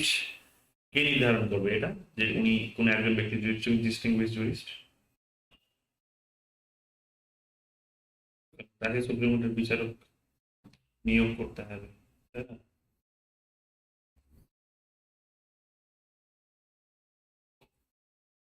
চলো সঠিক উত্তর দাও। 48 এর 3 জন বলেছে। সত্যি টায়ার্ড। চলো সঠিক উত্তরটি বলো, কি বলছে? সঠিক উত্তরটি বলো। সঠিক উত্তর হচ্ছে 48। 48 এর সঠিক উত্তর কি বলছে? টায়ার্ড না, একটুই চারিদিকে হাওয়া বাতাস আসছে না, ওই জন্য। 48 এর সঠিক উত্তর দেখে নাও। সঠিক উত্তর হচ্ছে দ্য প্রেসিডেন্ট অফ ইন্ডিয়া, ভারতের রাষ্ট্রপতি। 49 number দেখো কি বলছে? Who administers the oath or affirmations to a জাজ of the supreme court before they enter their office. Supreme কোর্টের একজন বিচারক তাদের অফিসে প্রবেশের আগে কে শপথ বা প্রতিশ্রুতি দেন? ঠিক আছে, সুপ্রিম কোর্টের বিচারকের মর্যাদা কথা হচ্ছে কে শপথ বাক্য পাঠ করান? The chief justice of India, the parliament, the president of India, or the person appointed by him, the attorney general. কে হবে? ভারতের প্রধান বিচারপতি। এটা মোটা আবার কোথা থেকে আসলো? ভারতের প্রধান বিচারপতি, সংসদ, ভারতের রাষ্ট্রপতি বা তার দ্বারা নিযুক্ত ব্যক্তি, অ্যাটর্নি জেনারেল। কে হবে? সঠিক উত্তর জলদি বলো। 49। চলো 49 লাড্ডু কোয়েশ্চেন্স, জলদি উত্তর শেষ করছি। দেখে নিচ্ছি সঠিক উত্তর কি বলছে। The president of India or a person appointed by him, ভারতের রাষ্ট্রপতি বা তার দ্বারা নিযুক্ত একজন ব্যক্তি। ওকে চলো 50 নম্বর কোয়েশ্চেন দেখো কি বলছে। 50 নম্বর কোয়েশ্চেন বলছে who is responsible for determining the salary, allowance, privilege, leave and pensions of জাজেস of the supreme court in India. ভারতের সুপ্রিম কোর্টের বিচারকদের বেতন, ভাতা, সুযোগ সুবিধা, ছুটি এবং পেনশন নির্ধারণের জন্য কে দায়ী? The president of India, the chief justice of India, the জাজেস দেমসেলফ, দ্য পার্লামেন্ট। ভারতের রাষ্ট্রপতি, ভারতের প্রধান বিচারপতি, নিজেরাই বিচারক, নিজেরাই উল্টো হয়ে গেছে, বিচারক নিজেরাই হবে এটা, দ্য পার্লামেন্ট, সংসদ। কোনটা হবে সঠিক উত্তর?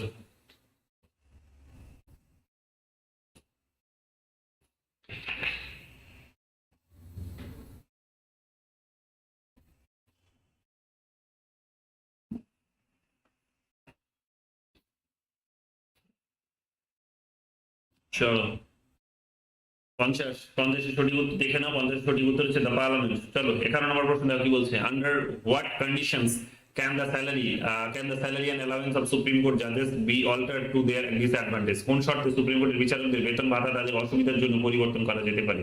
and the discretions of the president, রাষ্ট্রপতির বিবেচনার ভিত্তিতে, only with the consent of the chief justice, শুধুমাত্র প্রধান বিচারপতির সম্মতিতে, ডিউরিং আ ফিনান্সিয়াল ইমার্জেন্সি, আর্থিক জরুরি সময়ে, whenever the parliament decide, যখনই সংসদ যখনই সিদ্ধান্ত নেয়। কোনটা হবে সঠিক উত্তর?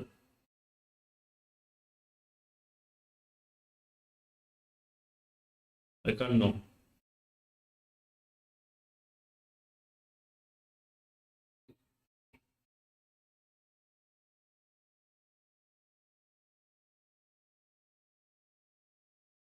চলো এখানে লাড্ডু কোয়েশ্চেন, এগুলো আমরা এগুলো সব সলভ করেছি আগে। দেখে নাও এগুলো আর্থিক জরুরি সময়, during a financial emergency. Okay চলো 52 নম্বর প্রশ্ন দেখো কি বলছে। What is the fixed tenure of জাজ of the supreme court as per the constitution of India? ভারতের সংবিধান অনুযায়ী সুপ্রিম কোর্টের একজন বিচারকের জন্য নির্দিষ্ট মেয়াদ কত? until they reach at the age of 60, 70, 65 নাকি there is no fixed tenure? কোনটা হচ্ছে?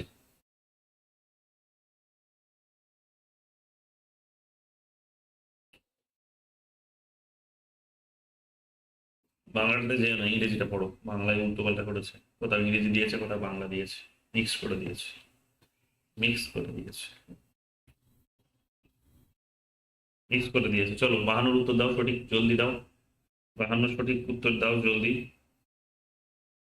52 সঠিক উত্তর দাও জলদি, 52 সঠিক উত্তর, 52 সঠিক উত্তর। ওকে দেখো 52 সঠিক উত্তর কি বলছে। 52 সঠিক উত্তর, 52 সঠিক উত্তর হচ্ছে until they attain the age of 65, until they attain the age of 65। ওকে চলো পরের প্রশ্ন দেখে নাও। পরের প্রশ্ন হচ্ছে কি? পরের প্রশ্ন এটা বলেছিল কি, the supreme court as per the 65, ঠিক আছে 65। তোমরা সি বলেছিলে তো, ডি কে বলেছো দেখলাম, দীপিকা দাস। আচ্ছা এটা ভুল করতো, এটা হচ্ছে সি। চলো, when can the president issue a removal order for a judge of the supreme court?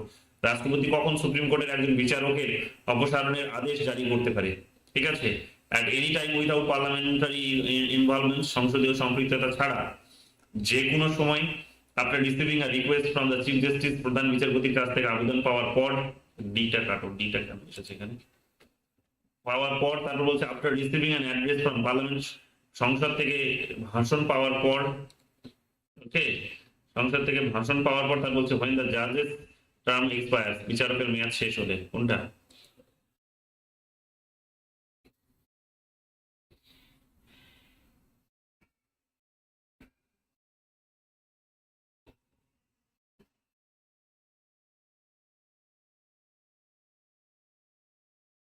চলো 53 সির উত্তর তোমরা অনেকে দিতে শুরু করে দিয়েছো কোয়েশ্চেন্স পড়তে পড়তে। ভালো, আমার ভুল হচ্ছে আমার, না না কোনো ব্যাপার না, লেগে থাকো, ভুল হলেই ঠিক হবে। বিবেকানন্দ বলেছিলেন যে সারাদিন চলার পর যদি রাতের বেলা গিয়ে তোমার মনে হয়, সারাদিন চলার পর যদি রাতের বেলা গিয়ে, সন্ধ্যেবেলা গিয়ে এসে যদি মনে হয় যে তুমি ভুল পথে চলেছো, তাহলে বুঝবে যে তুমি সঠিক পথে হাঁটছো। ঠিক আছে, কেন? তখন থেকেই তোমার, কিন্তু তুমি যদি হাঁটাটা বন্ধ করে দিতে পারো, রবীন্দ্রনাথ ঠাকুর বলেছে যে যে যে যে পরিশ্রম করবে বা যে শেখার চেষ্টা করবে, যে চেষ্টা করবে তার ভুল হবে, কিন্তু যে চেষ্টা করবে না তাকে শেখানো ভগবানের অসাধ্য, যে ভুল হওয়াটা স্বাভাবিক। When can the president issue a removal order of a judge of the Supreme Court? রাষ্ট্রপতি কখন সুপ্রিম কোর্টের একজন বিচারকের অপসারণের আদেশ জারি করতে পারেন? এটা দেখে নিলাম উত্তরটা। চলো পরের প্রশ্ন দেখো, হচ্ছে how many grounds for removal of a জাজ? একজন বিচারকের অপসারণের জন্য কয়টি ভিত্তি? ঠিক আছে, হাউ মেনি গ্রাউন্ডস, কটা ভিত্তি আছে, কটা ভিত্তিতে এখানে, বা কোন কোন বিষয়গুলোর উপর নির্ভর করে এদেরকে অপসারণ করা যায়? 1 গ্রাউন্ড, 2 গ্রাউন্ড, 3 গ্রাউন্ড, বলে দিয়েছে গ্রাউন্ড গুলোর কথা। নো স্পেসিফিক গ্রাউন্ডস আর মেনশন। কোনটা হবে সঠিক উত্তর?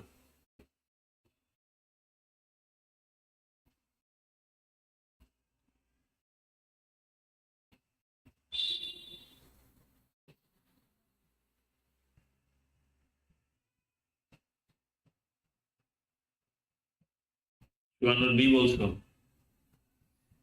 ওকে, বাকিরা, বাকিরা, বাকিরা চলো সঠিক উত্তরটি দেখে নাও, বেশি সময় দেবো না, এগুলো খুব লাড্ডু কোয়েশ্চেন্স, বারবার তোমাদের ক্লাসেও বলেছি। এটা হচ্ছে সঠিক উত্তর হচ্ছে miss two grounds, misbehaviour and incapacity. ঠিক আছে, মিসবিহেভিয়ার অ্যান্ড ইনক্যাপাসিটি বলেছিলাম। 55 নম্বর কোয়েশ্চেন দেখো কি বলছে, what type of majority is required for the address by parliament to remove a জাজ of the supreme court? Supreme কোর্টের একজন বিচারক অপসারণের জন্য সংসদের ভাষণে কি ধরনের সংখ্যাগরিষ্ঠতা প্রয়োজন? সংসদের ভাষণে অ্যাড্রেস মানে হচ্ছে কি বলবো, যে address by parliament to remove আর জাজেস, অ্যাড্রেস মানে হচ্ছে এখানে বলতে পারো যে majority is required for address by parliament to remove জাজেস। অ্যাড্রেস মানে হচ্ছে আর কি, যে রাষ্ট্রপতির কাছে যে চিঠিতে যায় সেটাকে অ্যাড্রেস বলছে। ঠিক আছে, ওটা কিছুই না, এখানে ভাষণ নয় এটা। আর simple majority of each house, প্রতিটি হাউসের সাধারণ সংখ্যা গরিষ্ঠতা। Unanimous vote from each house, প্রতিটি হাউস থেকে সর্বসম্মত ভোট। Majority of the total membership of each house, প্রতিটি হাউসের বা কক্ষের আর কি মোট সদস্য সংখ্যার সংখ্যাগরিষ্ঠতা। Majority of not less than 2/3 of the members present and voting in each house, 2/3 কম নয় এমন সংখ্যাগরিষ্ঠ সদস্য প্রতিটি হাউসে উপস্থিত এবং ভোট দিচ্ছেন। এইরকম দেখে নাও, একটু প্রপার বাংলাগুলো হয়নি, একটু দেখে নিও, ইংরেজিটা পড়ো ভালো করে, বুঝতে পারবে, সহজ ইংরেজি। 55 কি বলেছে দেখো, 55 উত্তর তোমরা অনেকে দিয়ে দিয়েছো। চলো দেখে নাও সঠিক উত্তর। এটা হচ্ছে majority of not less than 2/3 of the members present and voting in each house. Okay, চলো 56 নাম্বার দেখো কি বলছে। According to the Judges Inquiry Act 1968, how many members are required to sign a removal motion to initiate the impeachment process for a judge of the Supreme Court in the Lok Sabha? বিচারক তদন্ত আইন 1968 অনুসারে লোকসভায় supreme কোর্টের একজন বিচারককে অভিশংসন মানে অপসারণ করার কথা বলা হচ্ছে। প্রক্রিয়া শুরু করার জন্য কতজন সদস্যের অপসারণ প্রস্তাবে স্বাক্ষর করতে হয়? 50, 75, 100, 150? বলেছিলাম এগুলো গুরুত্বপূর্ণ প্রশ্ন, বলেছিলাম এগুলো তোমাদের, সবই তো ধরে লাইন বাই লাইন পড়ানো হয়েছে, একটা সিঙ্গেল লাইনও তো ছাড়িনি আমরা, তো পারবে না কেন? তারপরেও কনফিউশন হচ্ছে কেন একটা দুটোতে তোমাদের, একজন দুজনে? চলো 56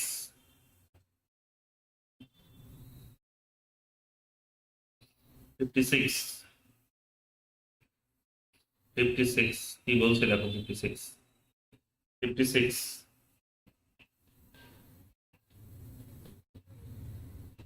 56। চলো 56 এর সঠিক উত্তর কি দেখে নাও। 56 এর সঠিক উত্তর হচ্ছে 100 জন সদস্য, ঠিক আছে? 100 জন সদস্য হবে, 100 জন সদস্য, বিশ্বনাথ 100 জন সদস্য। যখন পড়াই তখন কোথায় ছিলিস ভাই তুই? চলো এখানে দীপিকা দাসেরও ভুল হয়েছে দেখছি। চলো পরের প্রশ্ন দেখে নাও কি বলছে। How many members R required to sign removal motions to initiate the impeachment process for the জাজ of the supreme court in the Rajya Sabha as per the জাজেস enquiry act? বিচার তদন্ত আইন অনুসারে রাজ্যসভায় সুপ্রিম কোর্টের একজন বিচার করে, ওটা লোকসভা গেল, রাজ্যসভায় কতজন বলো? সহজ উত্তর। লোকসভায় যদি 100 হয় তাহলে রাজ্যসভায় কত হবে? কমন সেন্সের কোয়েশ্চেন একেবারে। লোকসভায় যদি 100 হয় রাজ্যসভায় কত?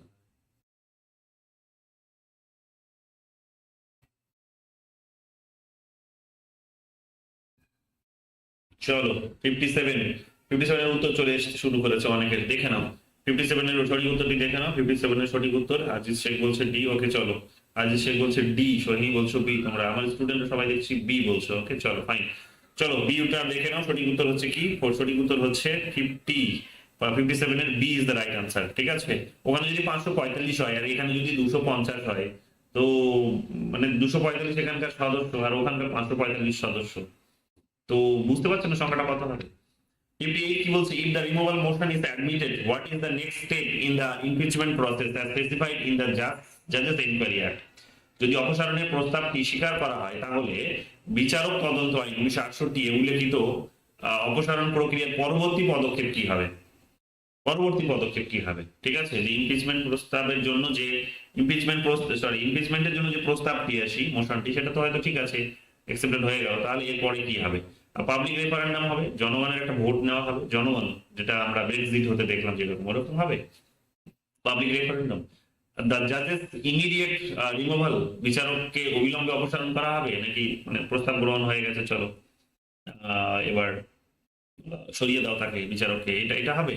দ্য স্পিকার আর চেয়ারম্যান রিজ দ্য রেজিগনেশনস, স্পিকার আর চেয়ারম্যানের পদত্যাগ হবে, ঠিক আছে? স্পিকার আর চেয়ারম্যান পদত্যাগ করে যাবে। From formations of a three member committee to investigate the charges, অভিযোগ তদন্তে 3 সদস্যের কমিটি গঠন, কোনটা হবে সঠিক উত্তর? পড়ার আগে উত্তর করে দিয়েছো তোমরা, ঠিক আছে? সিটা দেখো কত আরবিট অপশন, যে সরাতে বলা হচ্ছে কাকে আর সরছে কে। চলো তাহলে 3টে বেঁচে গেল, D is the right answer, যে তিন সদস্যের কমিটি এখানে কিন্তু বসবে, ঠিক আছে?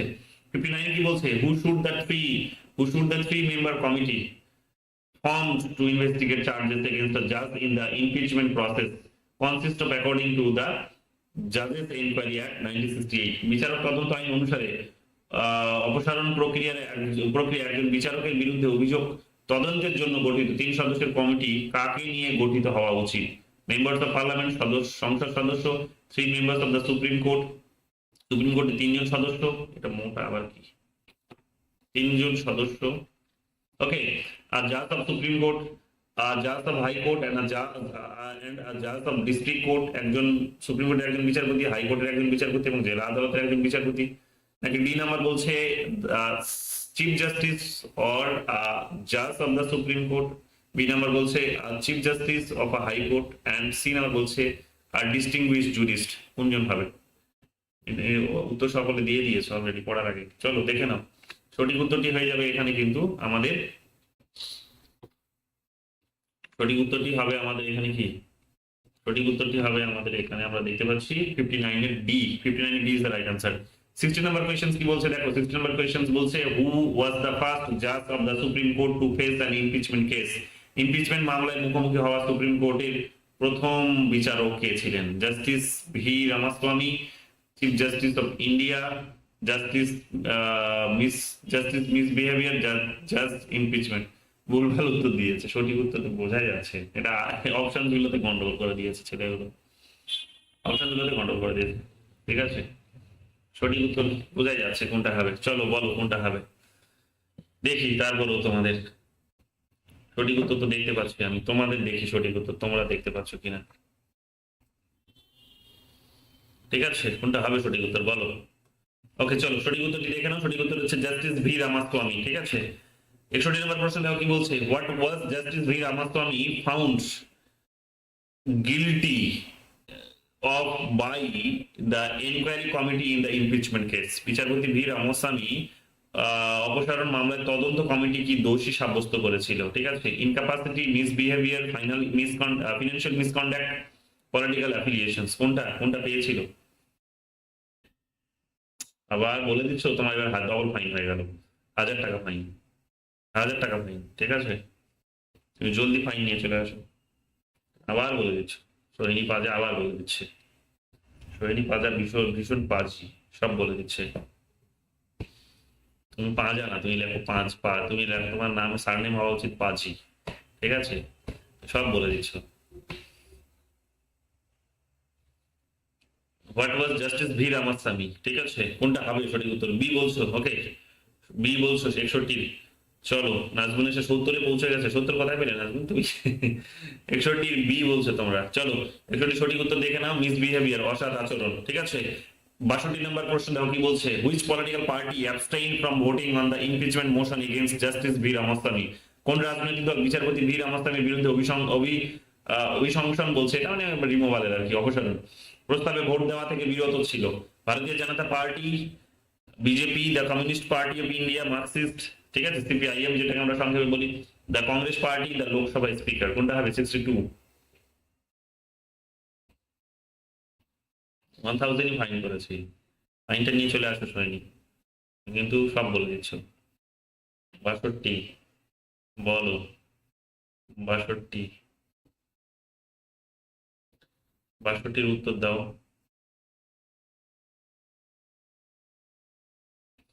62-র উত্তর দাও, সঠিক উত্তর দেখে নাও, সঠিক উত্তর কি বলছে? 62 সঠিক উত্তর হচ্ছে the Congress party. Okay, 63 number প্রশ্ন দাও কি বলছে, what makes the case of justice V Ramaswami interesting in the context of impeachment of supreme court জাজেস। সুপ্রিম কোর্টের বিচারকদের অপসারণের প্রেক্ষাপটে বিচারপতি ভি রামাস্বামীর মামলাটি কি আকর্ষণীয় করে তোলে বা কিভাবে আকর্ষণীয় হয়ে ওঠে? হি ওয়াজ দ্য ফার্স্ট জাজেস টু দ্য ইমপিচ সাকসেসফুলি। তিনি প্রথম বিচারক যাকে সফলভাবে অভিশংসন বা অপসারণ করা হয়েছিল। শহীদ 5000-এর উত্তর বলে দিয়েছে, তো ওর ফাইন হয়ে যাবে, সবাই কাছ থেকে 1000 টাকা করে নিয়ে নেবে। হি ওয়াজ দ্য ফার্স্ট জাজ two resign before the impeachment process. তিনি প্রথম বিচারপতি যিনি অপসারণ প্রক্রিয়ার আগে পদত্যাগ করেন। The impeachment motion against him was defeated in the Lok Sabha. লোকসভায় তার বিরুদ্ধে অভিশংসন প্রস্তাব বা অপসারণের প্রস্তাব পরাজিত হয়। He was found guilty of financial misconduct. তিনি তাকে আর্থিক অসদাচরণের জন্য দোষী সাব্যস্ত করা হয়। এটার উত্তর তো তোমরা আগেই পেয়ে গেছো। সো এখানে সঠিক বেঁচে থাকছে বিএনসি, অলরেডি একটা সৈনী বলে দিয়েছে, একটা তো আগের প্রশ্নের সাথে মিল পাচ্ছ। সঠিক সঠিক দুটো পড়ে থাকছে, মানে দুটো অপশন সঠিক। বিএনসি বলো কোনটা হবে, বলে দিলাম একটু। 63 সি। ওকে চলো সঠিক উত্তরটি দেখে নাও, he was first to resign before the impeachment process. C বলছো সঠিক উত্তর। The impeachment motion against him was defeated in the Lok Sabha. এটা মনে হচ্ছে না উনি রিজাইন করেছিলেন? আচ্ছা, কোথাও পেয়েছো দেখি আমি, হতে পারে আমিও ভুল দেখছি। সি নাম্বারটা, আচ্ছা সি নাম্বারটা, আচ্ছা সি তো বলেছো তোমরা না, হি, আচ্ছা আচ্ছা আমি বিটা পড়ছিলাম। C, the impeachment motion against him was defeated in the Lok Sabha. Okay ঠিকই বলেছো, আমি ভুল দেখছি। Who was the authority to appoint other places? Who was the authority to appoint other places as the seat of the Supreme Court beside Delhi? Delhi ছাড়াও বা দিল্লি ছাড়াও দিল্লি ছাড়াও supreme কোর্টের আসন হিসেবে অন্যান্য স্থান নিয়োগের ক্ষমতা কার আছে? The prime minister, the chief justice of India, the president, the parliament. কোনটা হবে সঠিক উত্তর? কোনটা হবে সঠিক উত্তর বলো? কোনটা হবে সঠিক উত্তর? 64। আটকে গেলে কেন 64-এ? কোয়েশ্চেন অনেক আগে করে দিয়েছি। আটকে গেলে 64-এর বি, সি। বিশ্বনাথ বলছে সি, বাকিরা বলছে বি। ওকে, বিশ্বনাথ আবার ডিলিট করবে মনে হচ্ছে এক্ষুনি। ওকে, চলো, বি বলছো, সীতা বলছে সি। এটা সঠিক উত্তরটি দেখে নাও। এটা সঠিক উত্তরটি হচ্ছে এখানে the chief justice of India, ভারতের প্রধান বিচারপতি। পড়িয়েছিলাম এগুলো, আমার সব মনে আছে, ক্লাসগুলো রেকর্ডগুলো খুলে দেখো, মন দিয়ে শোনোনি তখন তোমরা যারা ভুল করছো। 65 কি বলছে? In constitutional cases or references made by the president under article 143 how many জাজেস should a bench consist of for decision? 143 অনুচ্ছেদের অধীনে রাষ্ট্রপতি কর্তৃক প্রণীত সাংবিধানিক মামলা বা রেফারেন্সে একটি সিদ্ধান্তের জন্য কতজন বিচারকের সমন্বয়ে একটি বেঞ্চ থাকা উচিত? অ্যাটলিস্ট 3 জাজেস, কমপক্ষে 3 জন বিচারক; অ্যাটলিস্ট 4 জাজেস, কমপক্ষে 4 জন বিচারক; অ্যাটলিস্ট 5 জাজেস, কমপক্ষে 5 জন বিচারক; অ্যাটলিস্ট 6 জাজেস, কমপক্ষে 6 জন বিচারক। which one is the right answer? 65 জলদি করবে, 8টা 34 বাজে, ঠিক আছে? 8টা 34 বাজে, এটা 9টার মধ্যে শেষ করব। 35টা প্রশ্ন আছে, আর 35টা প্রশ্ন 25 মিনিটে তো হবে না, 9টা 15-র মধ্যে শেষ করব, ঠিক আছে? তাহলে এদিকে হচ্ছে 25 আর ওদিকে হচ্ছে তোমার 15, 25 15 40, 35টা প্রশ্ন 40 মিনিটে শেষ করব। জলদি উত্তর দিতে হবে, ঠিক আছে? চলো, সঠিক উত্তরটি দেখে নাও। সঠিক উত্তর তোমরা 65-এর অনেকেই বলে দিয়েছো। ময়ূরী 63-তে আসবে না 65-এ? চলো, সঠিক উত্তরটি দেখে নাও। সঠিক উত্তর হচ্ছে অ্যাটলিস্ট 5 জাজেস, ঠিক আছে? C is the right answer. What happens if the judges in the Supreme Court have differing opinion on a case? Supreme কোর্টের বিচারকদের একটি মামলার বিষয়ে ভিন্ন মতামত থাকলে কি হবে? The chief justice makes the final decisions, প্রধান বিচারপতি চূড়ান্ত সিদ্ধান্ত দেন। The president intervenes and makes the decisions, রাষ্ট্রপতি হস্তক্ষেপ করেন এবং সিদ্ধান্ত নেন। Judges can give dissenting judgment or opinion, বিচারক ভিন্ন মতের রায় বা মতামত দিতে পারেন। The case is automatically dismissed, মামলা স্বয়ংক্রিয়ভাবে খারিজ হয়ে যায়। 66 which one is the right answer? Hurry up. 66 প্রত্যেকটা কোয়েশ্চেন্সের জন্য 1 মিনিট সময়, ঠিক আছে? চলো, 66 এর উত্তর জলদি তোমরা দিচ্ছ না, আমি উত্তরটা দেখিয়ে দিই, কারণ এত সময় দেবো না আর। চলো, সঠিক উত্তরটি দেখে নাও। সঠিক উত্তর কি বলছে? সঠিক উত্তর টাইপ ভুল হয়েছে, আচ্ছা।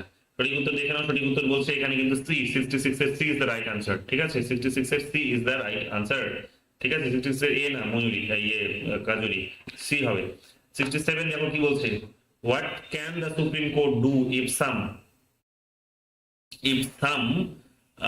what can the Supreme Court do if someone criticizes or opposes its actions or decisions?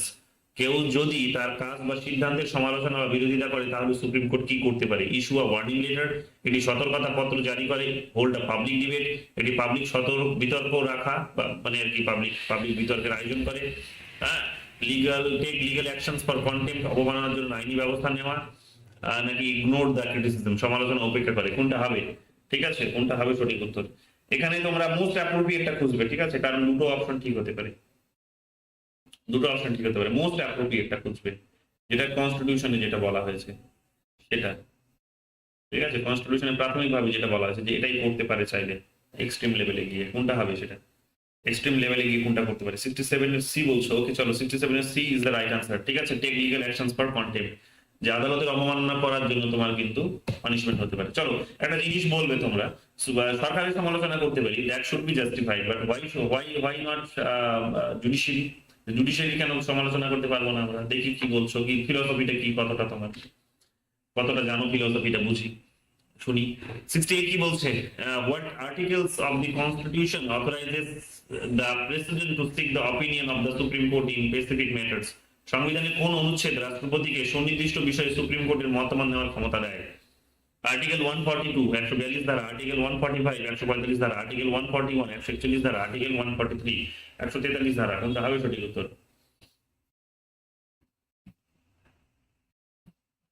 68 কোনটা হবে সঠিক উত্তর বলো?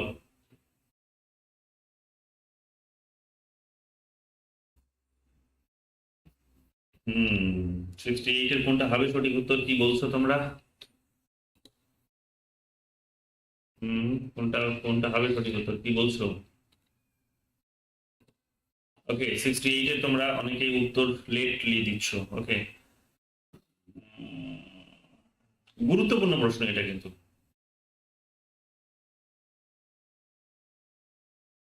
জুডিশিয়ারি সুপ্রিম, আমরা তার উপর বিশ্বাস রাখি, তাই বিশ্বাসটা রাখছি কেন?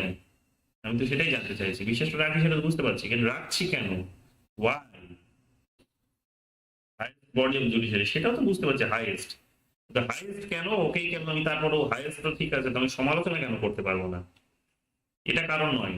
আমি ফিলোসফি জানতে চাইছি, ফিলোসফিটা জানতে চাইছি। চলো, 68 এর সঠিক উত্তরটি দেখে নাও। 68, 69 না দীপিকা, 68 এ আছে আমি এই মুহূর্তে। ঠিক আছে, সঠিক উত্তরটি দেখে নাও। সঠিক উত্তর হচ্ছে কি 143, 143 is the right answer. Okay, 69 দেখো কি বলছে, under what circumstances can the president seek the opinion of the supreme court according to the article 143? কি বলছে, কোন পরিস্থিতিতে রাষ্ট্রপতি 143 ধারা অনুযায়ী সুপ্রিম কোর্টের মতামত চাইতে পারে? Only on any questions of fact, শুধুমাত্র বাস্তবতার কোনো প্রশ্নে? Only on any questions of law, শুধুমাত্র আইনের কোনো প্রশ্নে? on any questions of law or facts of public importance, আইন বা জনগুরুত্বপূর্ণ বাস্তবতার কোনো প্রশ্নে? Only on dispute arising out of pre constitution treaties, শুধুমাত্র প্রাক সাংবিধানিক চুক্তি থেকে উদ্ভূত বিরোধের উপর? কোনটা হতে পারে সঠিক উত্তর? কোনটা হতে পারে সঠিক উত্তর? চলো, কোনটা হতে পারে সঠিক উত্তর বলো? কোনটা হবে সঠিক উত্তর? 69 এ তোমরা বলছো সি, 69 এর C, interpreter of the constitution. কেন কেন আমি সেটা বলছি, আমি তো সব একই রকম ঘুরিয়ে ফিরিয়ে একটা ফ্ল্যাট উত্তর দিচ্ছ। আমি ফিলোসফি জানতে চাইছি, গার্জিয়ানও নয়, মানে আমি জানতে চাইছি না, আমি ফিলোসফিটা জানতে চাইছি। গার্জিয়ান মানে কি? গার্জিয়ানের সমালোচনা করে না? তুমি তোমার গার্জিয়ানের নিন্দা সমালোচনা করো না, দিন রাত করো, তো ওনার কেন করা যাবে না? চলো, সঠিক উত্তর দেখে নাও। C is the right answer. 70 বলছে কি, what is the nature of the opinion expressed by the Supreme Court under Article 143 of the Constitution? সংবিধানের 143 অনুচ্ছেদের অধীনে সুপ্রিম কোর্ট যে মতামত প্রকাশ করেছে তার প্রকৃতি কি? It is the binding judicial pronouncement, এটি একটি বাধ্যতামূলক বিচারিক ঘোষণা। It is advisory and not binding, এটি উদ্দেশ্যমূলক এবং বাধ্যতামূলক নয়। It has the same legal status as the supreme court judgement, এটি সুপ্রিম কোর্টের রায়ের মতোই আইনি মর্যাদা পেয়েছে। It is the presidential directive, এটা রাষ্ট্রপতির নির্দেশ বলতে পারো। 69 এর থেকে 70-এ চলে এসেছি, বলো 70-এ বলো, 70 বলো, 70-এর বি বলছো। ওকে, 70-এর B, it is advisory not binding. What is the nature of the opinion expressed by the supreme court under, আচ্ছা ওকে ওকে, পরের প্রশ্ন থাকবে তাহলে আমার। ওকে, পরের প্রশ্ন তাহলে আমার থাকবে 70-এর বি বলছো, ঝিলিক বলছো C, it has the same legal status as supreme court judgement. কোথায় পড়েছিলে তুমি এটা? যখন পড়াই তখন কোথায় ছিলে ঝিলিক তুমি? সঠিক উত্তর কি দেখো, সঠিক উত্তর কি বলছে? সঠিক উত্তর হচ্ছে it is advisory and not binding. এবার প্রশ্ন হচ্ছে এটা যে আমি প্রাইমারিলি এটা হচ্ছে কি, যে প্রাথমিকভাবে বা সাধারণভাবে এটা বলা হয় যে এটা সুপ্রিম কোর্ট যে ডিসিশনসটা অ্যাডভাইসটা রাষ্ট্রপতিকে দেবেন সেটা বাধ্যতামূলক নয়, সেটা হচ্ছে অ্যাডভাইসারি। ঠিক আছে, সেটা গ্রহণ করতেও পারেন তিনি, নাও করতে পারেন। বাট এমন একটা কেসের নাম বলো, এমন একটা ঘটনার নাম বলো, যে ঘটনাটা ঘটলে, বা এমন কোনো একটা বিষয়ের নাম বলো যে বিষয়টার ক্ষেত্রে হয়তো সুপ্রিম কোর্ট যে অ্যাডভাইসটি দেবে রাষ্ট্রপতিকে, রাষ্ট্রপতি সেটা মানতে বাধ্য। মানে এটা জেনারেল পারসেপশন হচ্ছে, এটা জেনারেলি এটা যে ইট is advisory are not binding. But একটা পার্টিকুলার একটা এক্সেপশনস আছে, সেই এক্সেপশনসটা কি বলেছিলাম ক্লাসে তোমাদের। ঠিক আছে, চলো 71 নম্বর প্রশ্ন বলছে, কি বলছে দেখো, what is judicial review of the supreme court? Supreme কোর্টের বিচার বিভাগীয় পর্যালোচনা কি? ভালো করে দেখবে প্রশ্নটা। ঠিক আছে, the power to amend legislative enactments, আইন প্রণয়ন সংশোধনের ক্ষমতা, the power to enforce executive orders, নির্বাহী আদেশ কার্যকর করার ক্ষমতা, the power to examine the constitutionality of laws and executive order, আইন এবং নির্বাহী আদেশের সাংবিধানিকতা পরীক্ষা করার ক্ষমতা, the power to veto any government decisions, সরকারের যে কোনো সিদ্ধান্তে ভেটো দেওয়ার ক্ষমতা। কোনটা হবে সঠিক উত্তর? 71।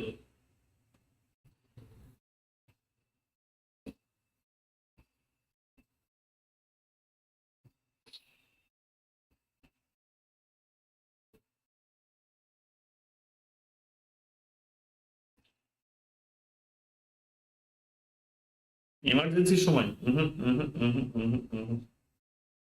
না। আমি একটা হিন্টস দিতে পারি।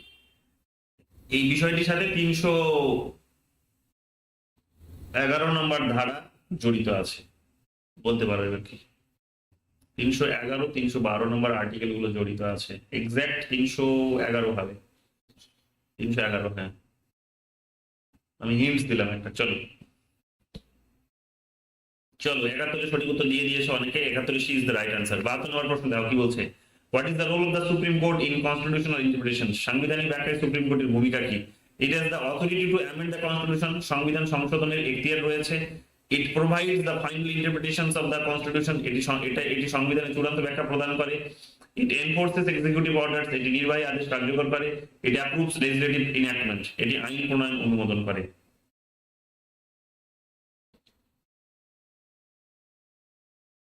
কেউ বলতে পারলে না? কেউ বলতে পারছো না? কি পড়ালাম তাহলে তোমাদের? কি তোমরা মনে রেখেছো? আমি পড়েছি, আমার তো মনে আছে। আমি পড়ালাম, আমার মনে আছে। তোমরা তো মনে রাখতে পারছো না। এক্সেপশন ছিল সেটা, এক্সেপশন ছিল। চলো সঠিক উত্তরটি দেখে নাও। অনেকে সঠিক উত্তর তোমরা বলে দিয়েছো। সঠিক উত্তরটি কি হবে? সঠিক উত্তরটি হয়ে যাবে এখানে আমাদের দেখতে পাচ্ছি কি, ইট provides the final interpretations of the constitutions.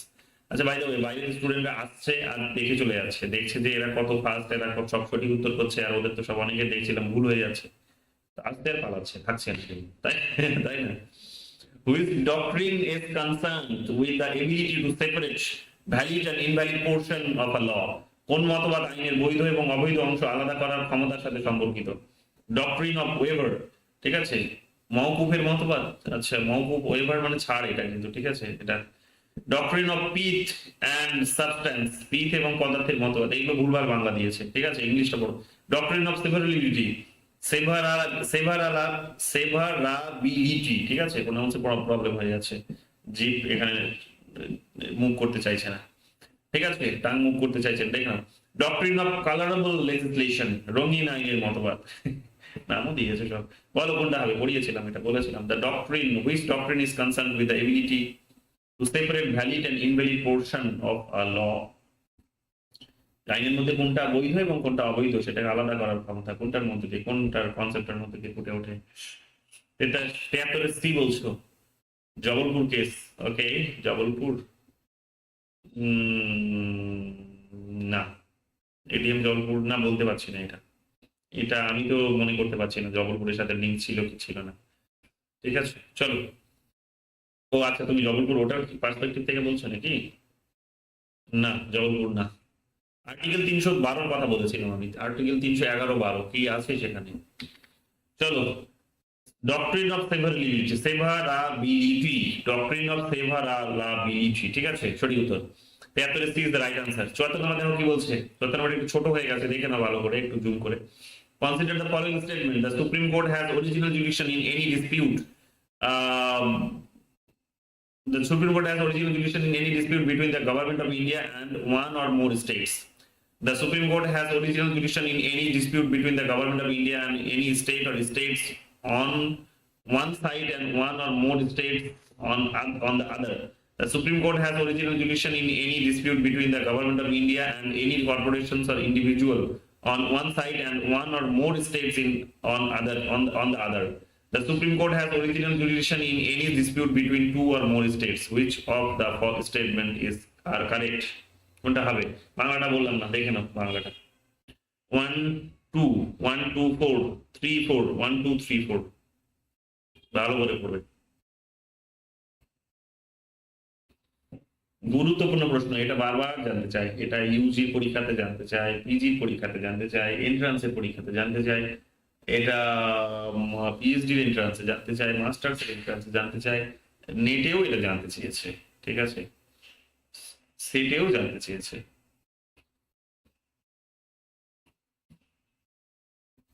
Compulsory retirement কি বলছো সব? Compulsory retirement of public servant officer, না না। সেন্ট্রাল স্টেট এমপ্লয়ি, না না। সেন্ট্রাল স্টেট এমপ্লয়ি ইমপিচমেন্ট, না না না না না না না।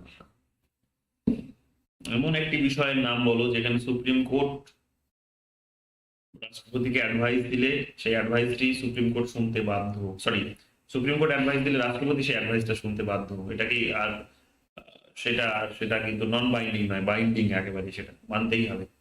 কোনটা? 74। 74 সঠিক উত্তর তোমরা অনেকে দিয়ে দিয়েছো। সঠিক উত্তর বলছো তোমরা ডি। ওকে, দীপিকা নাথ বলছে বি, বাকিরা বলছে ডি।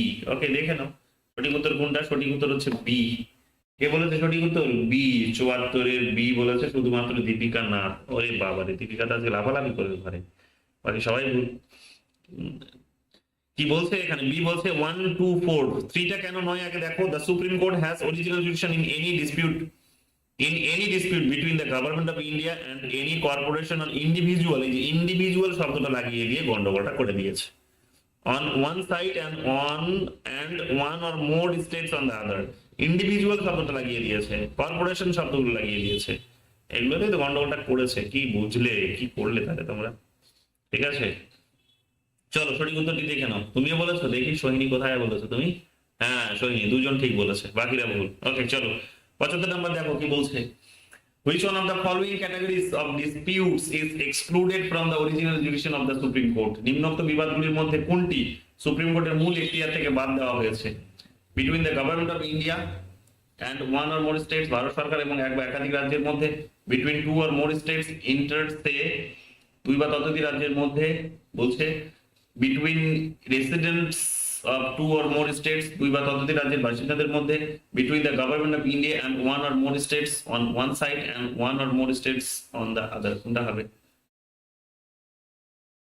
এক্সক্লুডেড করা হয়েছে অরিজিনাল জুডিকশন থেকে, কোনটা হবে? নাজমুন্নেশাও বলেছো? আচ্ছা, নাজমুন্নেশা কোথায়? কারেক্ট করে পড়ে বলেছে নাকি? আচ্ছা, নাজমুন্নেশাও বলেছে। আচ্ছা আচ্ছা, রাজ্য আছে যে অনেকগুলো, রাজ্য আছে যে অনেকগুলো। না, রাজ্য আছে অনেকগুলোতে কি হয়েছে? ইন্ডিভিজুয়ালটা দিয়ে তো প্রশ্নটাকে ভুল করে দিয়েছে।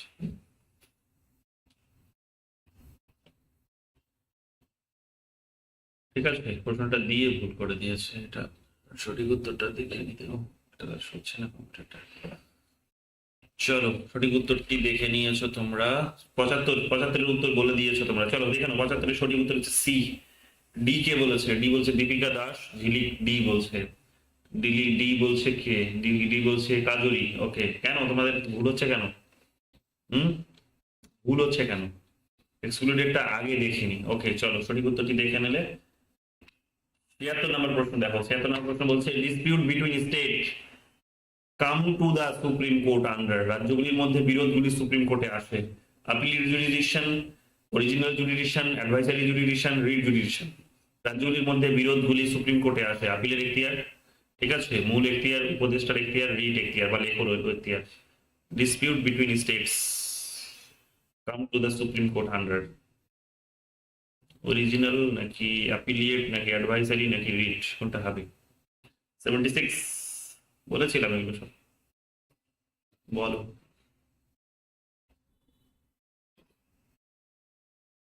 এক্ষুনি তো করলে, এটা আবার এর করার কি আছে? মানে এত টাইম লাগানোর কি আছে? এক্ষুনি তো সলভ করবে। চলো সঠিক উত্তরটি দেখে নাও। সঠিক উত্তরটি কি বলছে? সঠিক উত্তরটি হয়ে যাবে আমাদের কিন্তু 76-এর বি। ওকে 77 নম্বর প্রশ্ন দেখো কি বলছে। 77 নম্বর প্রশ্ন বলছে হুই ইজ দ্য প্রেসিডেন্ট অগাস্ট 2023। তখন তৈরি করেছিলাম, তখন দিয়েছি ডেট। আচ্ছা এখনো আছে, যাই হোক এখনো অ্যাপ্লাই হবে। আগস্টটাকে এখানে তোমরা ডিসেম্বরও করতে পারো, অসুবিধা নেই। চিফ জাস্টিস অফ ইন্ডিয়া, ভারতের বর্তমান প্রধান বিচারপতি কে? ঠিক আছে, এ কে সিকরি, আলতামাস কবির, রাজীব গুপ্তা, ডিওয়াই চন্দ্রচূড়। কোনটা কে হবে? আলতামাস কবির আমি যখন ইউজিতে পড়তাম ফার্স্ট ইয়ার, তখন আলতামাস কবির ছিল সেই সময়। আলতামাস কবির কে হবে বলো? বা তার আগে হবে বোধহয়, কিছুদিন ওই সময়ের মধ্যে ছিল, চোখ পড়তে হতো আমাদের। 77। চলো 77 এর সঠিক উত্তর তোমরা পেয়ে গেছো। তোমরা অনেকেই বলেছো 77 এর সঠিক উত্তর তোমরা দিয়ে দিয়েছো সঠিক উত্তর। চলো এখানেও সঠিক উত্তর কি, সঠিক উত্তর হচ্ছে ডিওয়াই চন্দ্রচূড়। ঠিক আছে, ডিওয়াই চন্দ্রচূড়। আজকের প্রথম যে আমার যে থাম্বনেইলটা ছিল সেই থাম্বনেইলে কিন্তু ওনারই ছবি লাগানো আছে, তাই না? দেখেছো, যারা জানো চেনো তারা চিনে নিয়েছো। In which of the following cases has the Supreme Court judgment made it almost impossible to impose precedence rule in a state under Article 356 of the Constitution? নিচে বর্ণিত মামলাগুলির মধ্যে কোন মামলায় সুপ্রিম কোর্টের রায়ে কোন রাজ্যে সংবিধানের 356 নম্বর ধারা অনুযায়ী রাষ্ট্রপতি শাসন জারি করা প্রায় অসম্ভব হয়ে উঠেছে? A K Gopalan versus government of India, S R Bommai versus government of India regarding state of Karnataka, case of two southern state related to Kaveri water sharing, none of the above. কোনটা হবে সঠিক উত্তর?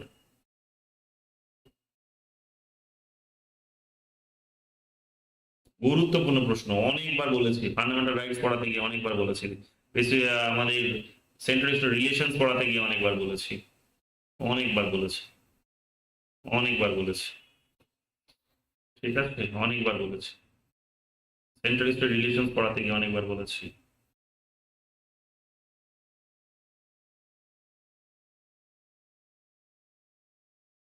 সেন্ট্রাল রিলেশনস থেকে প্রশ্নটি আসে অনেকবার, অনেক জায়গাতেই আমরা পড়েছি। 78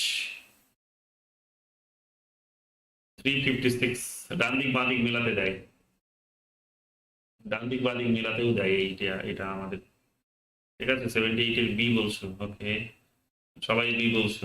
94, ওকে চলো সঠিক উত্তরটি দেখে নাও। সঠিক উত্তরটি হচ্ছে এখানে S R Bommai versus government of India regarding state of Karnataka. চলো পরের প্রশ্নটি আপনি বলছে which justice dissented in the Sabarimala judgement of the supreme court. Supreme কোর্টের শবরীমালা রায়ে কোন বিচারপতি ভিন্ন মত পোষণ করেছেন? জাস্টিস ইন্দিরা ব্যানার্জি, জাস্টিস খানুই খানুইকল খানুই কি খানুইলকর, জাস্টিস নারিমান, জাস্টিস ইন্দু মালহোত্রা। গুরুত্বপূর্ণ, কত সালে হয়েছিল বলতে পারবে? কত সালে হয়েছিল? গুরুত্বপূর্ণ জাজমেন্ট, গুরুত্বপূর্ণ জাজমেন্ট, হইচই ফেলে দিয়েছিল। কোথায়, কোন রাজ্যে হয়েছিল বলো, কোন রাজ্যের ঘটনাকে? শবরীমালা মন্দির কোথায়, কোন রাজ্যে? হইচই ফেলে দিয়েছিল, হইচই। ঠিক আছে, হইচই ফেলে দিয়েছে। ওখানকার রাজ্য সরকার মেনে নিয়েছে, ওখানকার এই জাজমেন্টটাকে সাধারণ জনগণের মধ্যে মানে মডার্ন যারা আর কি কনসেপ্ট গুলোতে বিশ্বাস করে তারা এটাকে মেনে নিয়েছে। মডার্নিস্ট যারা আছেন মেইনলি তারা মেনে নিয়েছেন, কিন্তু একটি পার্টিকুলার রাজনৈতিক দল এটাকে মেনে নেয়নি। বলো, এবং কোন রাজনৈতিক দলটি মেনে নিয়েছে মেইনলি? সবার আগে কোন রাজনৈতিক দলটি মেনে নেবে সবার আগে এই ধরনের ঘটনা ঘটলে? চলো 79 এর তোমরা বলছো বি, 79 এর বি, 79 ডি বলছে ময়ূরী। ওকে, বাকিরা বলছো বি জাস্টিস নারিমান। ওকে 79 এর বি বলছে, ওকে ময়ূরী বলছে ডি, শ্রেয়সী বলছে ডি। কেরালাতে, হ্যাঁ কেরালাতে। চলো বাকিরা, বাকিরা 79 এর ডি বলছো, ওকে দীপিকা বলছে ডি। চলো তাহলে 79 এর কেরালা, ওকে বাকিরা উত্তর পায়নি, 79 এর বি বলছো। কেন কেন কেন কেন এত ভুল হচ্ছে কেন? 79 এর D is the right answer, justice Indu Malhotra. Indu Malhotra, ঠিক আছে, একজন মহিলা ছিলেন, তিনি নিজেই এটা যেখানে মহিলাদেরকে প্রবেশ করার অধিকার দেওয়া হচ্ছে মন্দিরে, তিনি সেখানে নিজে একজন মহিলা হয়ে তিনি কিন্তু বললেন যে না, মহিলাদের ওখানে না ঢোকাটাই উচিত, মন্দিরে প্রবেশ করতে না পারাটাই উচিত, এই কথাটি বলেছিলেন। তিনি নিজে একজন মহিলা ছিলেন।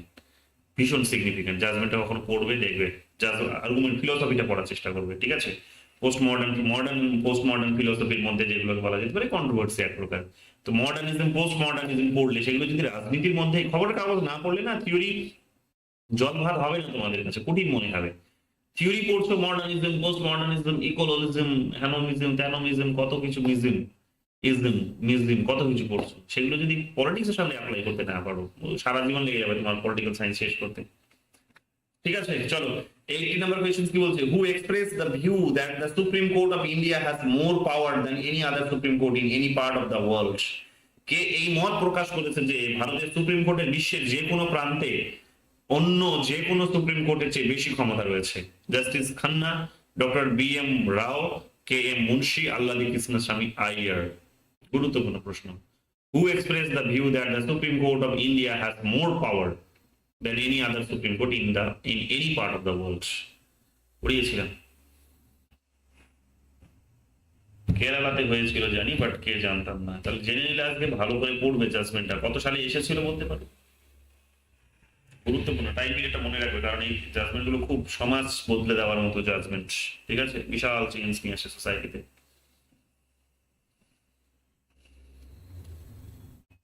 এগুলো সব কিন্তু ডাব্লিউবিসিএস এর কোয়েশ্চেন্স, বাই দ্য ওয়ে। এই যেগুলো বড় বড় কোয়েশ্চেন দেখছো কিছুক্ষণ ধরে, ডাব্লিউবিসিএস এর কোয়েশ্চেন্স, আইএএস এর কোয়েশ্চেন্স, এগুলো কিন্তু খুব গুরুত্বপূর্ণ প্রশ্ন দিতে পারে এগুলো আমাদের। এবং ডাব্লিউবিসিএস এর কোয়েশ্চেন্স গুলো মেইনলি তুলে দেয়, ডাব্লিউবিসিএস আইএএস এর কোয়েশ্চেন্স অনেক তুলে দিয়েছে এর আগেও, ঠিক আছে। আমি সেগুলো দিইনি এখানে আর, কারণ খুব লাড্ডু কোয়েশ্চেন্স ওগুলো, কিন্তু এগুলোও দিতে পারে, মাথায় রাখবে, ঠিক আছে। চলো 2019 কি হবে, 17 কিংবা 19ই হবে, ঠিক আছে। 19ই হতে পারে, 19ই হবে, কারণ আমি সেই সময় সবে টিউশন পড়াতে শুরু করেছিলাম স্টুডেন্টদের সঙ্গে, এটা নিয়ে তখন ওদেরকে বোঝাতাম, চর্চা করতাম, ডিবেট করতাম, প্রত্যেকের অপিনিয়ন শুনতাম, এবং তারা পক্ষে বিপক্ষে বলতো, বেশ ভালো জমে যেত। চলো 81 নম্বর কোয়েশ্চেন দেখে নাও। আল্লাদি কৃষ্ণস্বামী আইয়ার, আল্লাদি কৃষ্ণস্বামী আইয়ার, ঠিক আছে, আইয়ার বা আইয়ার। চলো 81 কি হতে পারে? The concept of judicial activism has gained concurrence in India in, বিচারিক সক্রিয়তার ধারণা ভারতে মুদ্রা লাভ করেছে। এটা কারেন্সি না, গেইন কারেন্সি ইন ইন্ডিয়া, এটা মুদ্রা লাভ করেছে হবে না, এটা ভুল উত্তর, মানে এটা ট্রান্সলেশনটা ভুল হয়েছে। The concept of judicial activism has gain currency in India, মানে বলতে পারো কারেন্সি, মানে এখানে এটা যেটা বোঝাতে চাইছে সেটা হচ্ছে যে গুরুত্ব পেয়েছে। কবে থেকে? 1960 সাল থেকে, 1980 সাল থেকে, 1990 সাল থেকে, 1970-এর দশক থেকে। সাল মানে দশকের কথা বলা আছে, 1960-এর দশক, 1980-র দশক, 1990-এর দশক, 1970-এর দশক থেকে। কোনটা হবে? দশক হবে, এগুলো সঠিক উত্তরগুলো দশক হবে, ঠিক আছে, দশক। কোনটা হবে সঠিক উত্তর? কোনটা হবে সঠিক উত্তর? চলো কোনটা হবে সঠিক উত্তর বলো। চলো 81 তোমরা উত্তর অনেকে দিয়ে দিয়েছো। 2018-তে, আচ্ছা 2018-তে সেপ্টেম্বর মেবি ওইরকম সময় হবে, 18-19-এর দিকে। আমি এক্সাক্ট ডেটটা মনে করতে পারছি না, 17, 18, 19-এর মধ্যেই হবে, কারণ ওই সময় বড় বড় সব জাজমেন্ট গুলো আসছিল, ঠিক আছে, বিশাল বড় বড় সব জাজমেন্ট গুলো আসছিল, তো মাথায় রাখবে এগুলো, ঠিক আছে।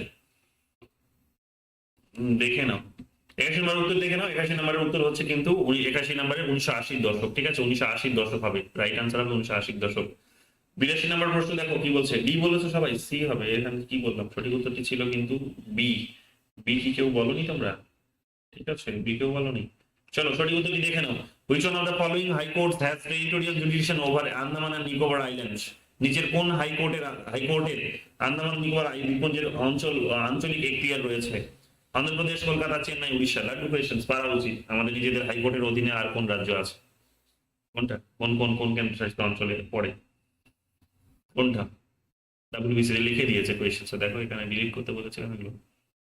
যাই হোক, ডাব্লিউবিসিএস মেইন 2014 এসেছে, আমাদের নেটেও এসেছে এটা, ঠিক আছে। চলো দেখে নাও সঠিক উত্তর কোনটা হবে। 82, 82, 82, 82 বি বলছো, কলকাতা।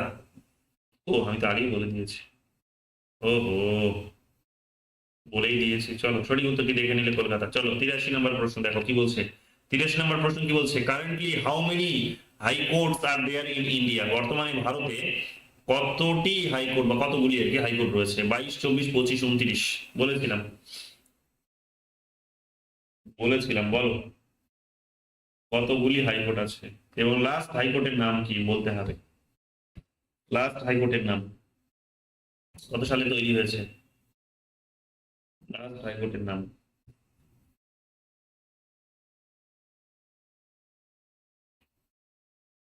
এবার আমার ফাইন কেন ভাই, আমার ফাইন কেন?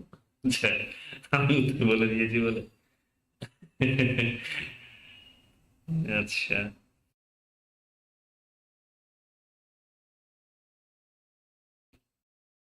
চলো 83 বলো, 83 বলো। সঠিক উত্তর তেলেঙ্গানা। তেলেঙ্গানা নাকি অন্ধ্রপ্রদেশ? দুজন দু রকমের উত্তর দিয়েছো।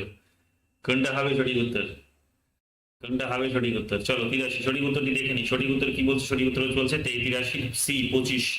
ঠিক আছে, 25 হচ্ছে রাইট আনসার। চলো 84 দেখো কি বলছে। 84 হাইকোর্টের নাম বলো, হাইকোর্টের নাম বলো, কোন রাজ্যের ঠিক করে বলো।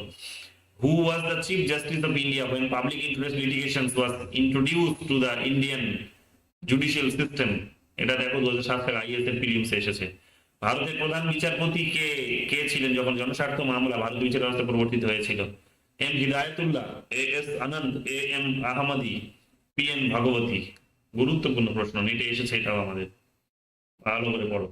তেলেঙ্গানা, অন্ধ্রপ্রদেশ 2014 আর 2015 একসাথে তো হবে না, একসাথে তো হবে না। ইয়ার নিয়ে কনফিউশন থাকবে কেন? লেটেস্ট হাইকোর্ট কবে হয়েছে? লেটেস্ট হাইকোর্ট কবে হয়েছে এবং তার নাম কি, কোন জায়গায় হয়েছে? মহিলাদের নামের মতো আর কি, আমাদের দেশে মহিলাদের যেভাবে নামকরণ হয় মোটামুটি ট্রেন্ড, সেই ধরনের একটা নাম রয়েছে। ঠিক আছে, হাইকোর্টটার নামের সাথে বলো কোনটা হবে। 84 সঠিক উত্তর বলো এখানে। 84 সঠিক উত্তর তোমরা 1, 2, 3, 4, 5, 6, 5 জন উত্তর দিয়েছো। বাকিরা বলো, বাকিরা বলো, বাকিরা সঠিক উত্তর দাও, বাকিরা সঠিক উত্তর দাও, বাকিরা সঠিক উত্তর দাও। চলো সঠিক উত্তরটি দেখে নাও, সঠিক উত্তরটি কি বলছে।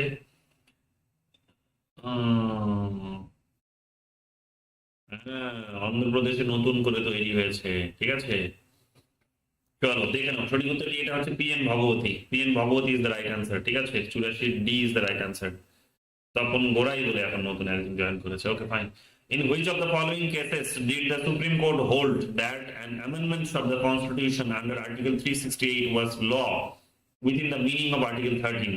নিম্নলিখিত কোন ক্ষেত্রে সুপ্রিম কোর্ট 368 অনুচ্ছেদের অধীনে সংবিধানের একটি সংশোধনী 13 অনুচ্ছেদের অর্থের মধ্যে আইন বলে মনে করেছে? এই বাংলাতে যে ইংরেজিতে পড়ো। In which of the following cases did the Supreme Court hold that an amendment of the Constitution, amendment এখানে এখানে শব্দটা, amendment of the Constitution under Article 368 was law within the meaning of Article 38, 13. ঠিক আছে, amendment of the Constitution under Article 3 was law within the meaning of Article 13, যে 13 অধীনে যে আইনের definition দেওয়া হয়েছে, আর্টিকেল 13 অধীনে যে আইনের ডেফিনেশন দেওয়া হয়েছে, সেই ডেফিনেশনসটা কিন্তু কি বলা হয়েছে, যে সংবিধান সংশোধন যেটা হয় সেটাকেও কিন্তু ওই ওই আইনই বলা হয়। ঠিক আছে, বা বলা যেতে পারে। কাজেই 368 অনুসারে যে সংবিধান সংশোধন হয়েছে সেটা আর কিছুই নয়, সেটা কিন্তু 13 অধীনে যে আইনের ডেফিনেশন দেওয়া হয়েছে সেটা কিন্তু সেই আইনই এক প্রকার। কোন জাজ, কোন কোন কোন সুপ্রিম কোর্টের কোন জাজমেন্টে এটা বেরিয়ে এসেছিল? 85 শঙ্করী প্রসাদ ভার্সেস ইন্ডিয়া, সজ্জন Singh versus state of Rajasthan. ঠিক আছে, এটা 82টা আবার কোথা থেকে আসলো ভাই। ঠিক আছে, Golaknath versus state of Punjab, Kesavananda Bharati versus state of Kerala. দেখি সঠিক উত্তর কে দিতে পারো, সঠিক উত্তর কে দিতে পারো দেখি। 85 সব কলম থেমে গেছে সকলের। 85 এ বলছো? ওকে, 85 এ, 85 এ কাজুরি বলছে, 85 বি শ্রেয়সী বলছে, 85 সি এ বলছো। বাকিরা, বাকিরা বলো, জলদি বলো, জলদি বলো, জলদি বলো। চলো পারবে না, সঠিক উত্তরটি দেখে নাও। সঠিক উত্তরটি হচ্ছে সজ্জন Singh versus state of Rajasthan. ঠিক আছে, এই এটাতে বলেছে সজ্জন Singh versus state of Rajasthan, এটাতে বলেছিল। ঠিক আছে, সজ্জন Singh versus state of Rajasthan. ঠিক আছে, দেখে নাও পরের উত্তরটি কি হবে দেখো। পরের উত্তরটি কি হবে? পরের উত্তরটি বলছে consider the following statement, consider the following statement. The Supreme Court was established on 24 January 1950. Unlike its predecessor, the Federal Court of India, which was seated at Central Hall, the Supreme Court was earlier located in the Chamber of Provinces in the Parliament Houses. Which of the following, which of the statement given above is correct? 1 2 1 2 1 2 কোনটা হবে? 1 2 1 1 2 1 2 1 2 বলো কোনটা হবে? 86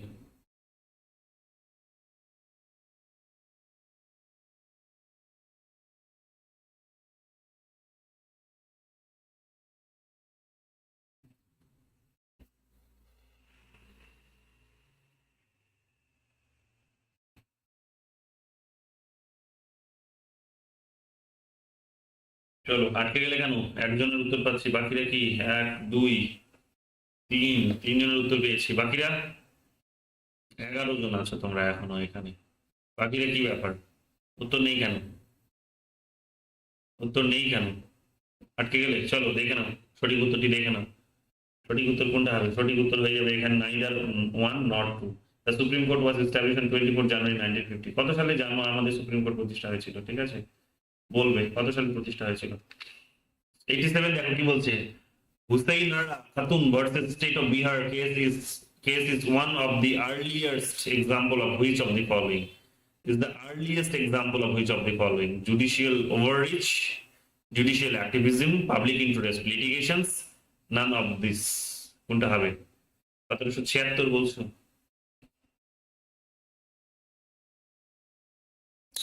Hussain Ara Khatun versus State of Bihar case is one of the earliest example। Hussain Ara Khatun বনাম বিহার রাজ্যের মামলাটি নিচের কোনটির প্রাচীনতম উদাহরণ?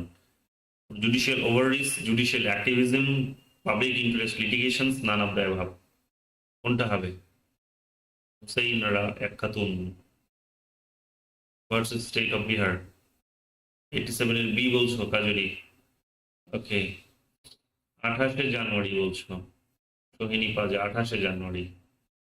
24 এপ্রিল, আর কত উত্তর পাবো? 28 জানুয়ারি, আচ্ছা ময়ূরীও বলছো। এটা বলো, 87 বলো। কঠিন মনে হচ্ছে নাকি? দু একটা এই ধরনের আরবিট কোয়েশ্চেন থাকবে কিন্তু, হ্যাঁ মাথায় রাখো ভালো করে। জানি না, ওকে। বাকিরা ভালো করে দেখবে, এই ধরনের কোয়েশ্চেন কিন্তু আসবে পরীক্ষায়। সব ইজ লাড্ডু কোয়েশ্চেন দেবে না, সব কিন্তু লাড্ডু কোয়েশ্চেন দেবে না।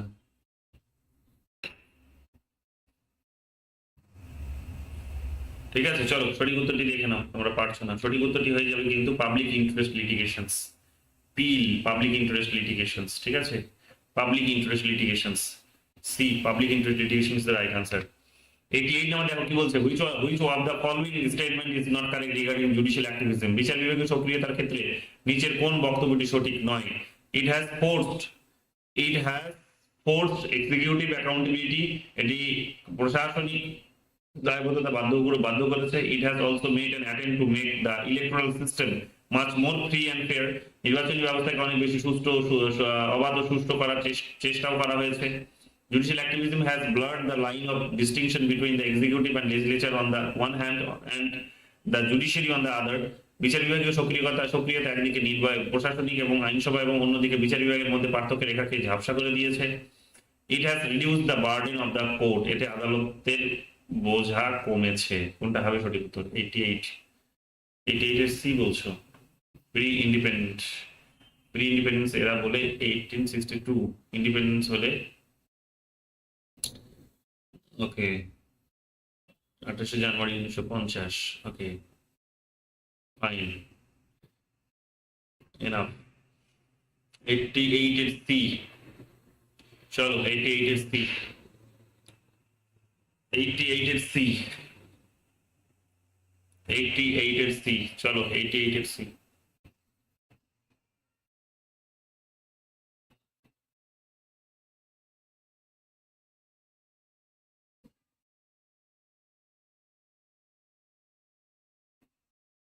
কত ধরনের উত্তর পাচ্ছি বলো? প্রি ইন্ডিপেন্ডেন্স হলে কাজরি বলছে আবার 1773। কোনটাকে নেব? চলো এটা সঠিক উত্তর দেখো, 88 নম্বরের সঠিক উত্তর। আটকে গেছো তোমরা, 88 সঠিক উত্তর দেবে। It has reduced the burden of the courts. Which of the following statement is not correct বলেছে। নট কারেক্ট, এটা তো correct. Judicial activism has blurred the line of distinction between the executive and legislature, executive and legislature on the one hand and the judiciary on the other। যে যেমন আমরা দেখতে পাচ্ছি judicial activism আসার ফলে প্রশাসনিক সিদ্ধান্তগুলোকেও বাতিল করে দিতে পারে বিচারক, আবার আইনগুলোকেও বাতিল করে দিতে পারে, তাই না? তো যেহেতু এটা হতে পারে, আবার দেখবে এদের মধ্যে আবার দেখবে দূরত্বটা কমে গেছে, তাই না? এদের মধ্যে দূরত্ব পড়েছে কেন? কারণ জুডিশিয়াল অ্যাক্টিভিজম এসে যাওয়ার ফলে এক প্রকার আইনেরই কাজগুলো তো করছে, আইনেরই কাজ করছে। আইনটাকে বাতিল করে দেওয়ার কাজ মানে তো আইনই, এবং আইন কিভাবে পাস করানো হবে সেইটারও এক প্রকার ডিরেকশনস বা ফিলোসফি তারা বলে দিচ্ছে। তো স্বাভাবিকভাবেই এখানে তো এটা তো কি বলবো, ওটা তো কারেক্ট, ওগুলো নট কারেক্ট বলেছে it has reduce the burden of the courts. Judicial activism আসার ফলে কি কোর্টের বোঝা কমে গেছে? না, কত কেস পেন্ডিং আছে দেখো তাকিয়ে। 89 নম্বর কোয়েশ্চেন দেখো কি বলছে। 80 নাম্বার কি বলছে? 80 আচ্ছা 89 number question দেখো কি বলছে। which of the following are the main jurisdiction of the high court of a state? which of the following are the main jurisdiction of the high court of a state? original jurisdiction, appellate jurisdiction, supervisory jurisdiction, advisory jurisdiction। একটি রাষ্ট্রের হাইকোর্টের প্রধান এখতিয়ার নিচের কোনটি? মূল এখতিয়ার, আপিলের এখতিয়ার, সুপারভাইজারি এখতিয়ার, উপদেষ্টা এখতিয়ার। নিচের কোনগুলো সঠিক থেকে উত্তর বেছে নাও। 1 2 3 2 3 4 1 3 4 1 2 4। কাজু ঠিক, ওকে। কাজু বাদাম নিয়ে চলে এসো। কাজু যখন ঠিক, তাহলে কাজু কি বলেছে দেখি। কাজু কেন ঠিক? কাজু বলেছে প্রি ইন্ডিপেন্ডেন্স হলে সুপ্রিম কোর্ট 1773। দীপিকা এখন এসে সেটাকে আবার সাপোর্ট করছে। ওকে, চলো ঠিক আছে।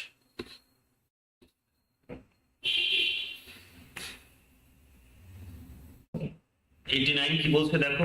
89 দেখে নাও। 89 এর সঠিক উত্তর কি? ব্যাপার, ঘুমিয়ে গেলে নাকি? বেশি নেই আর, 11টা প্রশ্ন, 11 মিনিটে 11টা প্রশ্ন খতম হয়ে যাবে। ঠিক আছে, চলো সঠিক উত্তরটি দেখে নাও, আর বেশি সময় দেবো না। সঠিক উত্তর কি হবে এটার? সঠিক উত্তর হয়ে যাবে এটার কিন্তু 1 2 3 1 2 3 হবে সঠিক উত্তর। অরিজিনাল জুডিশন, ঠিক আছে, আপিলিয়েট জুডিশন, আর হচ্ছে অ্যাডভাইজারি জুডিশন। ঠিক আছে, sorry, supervisory jurisdiction, advisory jurisdiction. Which one of the following are the main jurisdiction of the high courts of the state? হাইকোর্টের কি অ্যাডভাইজারি জুডিশন আছে? আমি পড়ানোর সময় পার্থক্য করে পড়িয়েছিলাম তোমাদের, মনে করে দেখো তো। ঠিক আছে, মনে করে দেখো। ঠিক আছে, যারা ভুল বলেছো, কিন্তু ভুল তো কেউ বলনি। চলো সঠিক উত্তরটি দেখে নাও। সঠিক উত্তর কি বলছে? সরি, এটা দেখে নম্বরের প্রশ্ন দেখো। When did the institutions of high courts originate in India? ভারতে কবে উচ্চ আদালতের সূচনা হয়? চলো, উচ্চ আদালতের কবে সূচনা হয়? ভারতে কবে উচ্চ আদালতের সূচনা হয়? ভালো করে ডেটগুলো দেখবেন, না মিললে ছেড়ে দেবে। কোনটা হবে, পুরোনোটা হবে না নতুনটা হবে? মিলিয়ে দেখো কোনটার কথা বলা হচ্ছে। ভারতে কবে উচ্চ আদালতের সূচনা হয়? ঠিক আছে, হাইকোর্ট, উচ্চ মানে হাইকোর্টের কথা বলেছে, উচ্চ আদালত হাইকোর্ট কবে? গুরুত্বপূর্ণ, 150 বছর পূর্ণ করলো।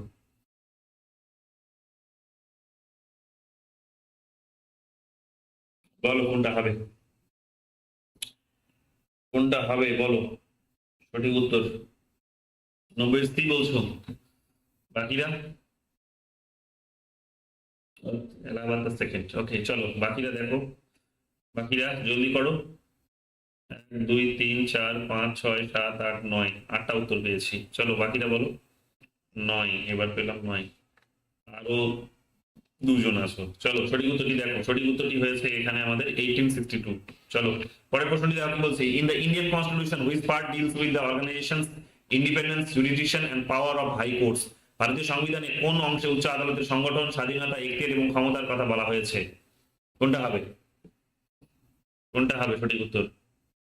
In the Indian Constitution, which part deals with the organizations, independence, jurisdiction and power of the High Court? ভারতীয় সংবিধানের কোন অংশে উচ্চ আদালতের সংগঠন, স্বাধীনতা, এখতিয়ার এবং ক্ষমতার কথা বলা হয়েছে? Part 1, part 3, part 6, part 9?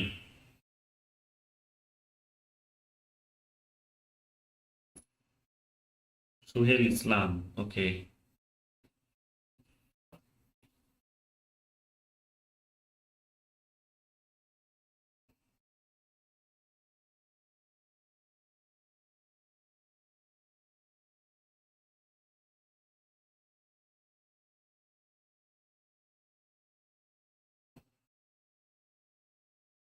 চলো সঠিক উত্তরটি বলো কি হবে। 91 বলছো, 91 ক্যালকাটা, বম্বে, মাদ্রাস। আবার বলে দিচ্ছে, দাঁড়াও আমার পিটুনি আছে।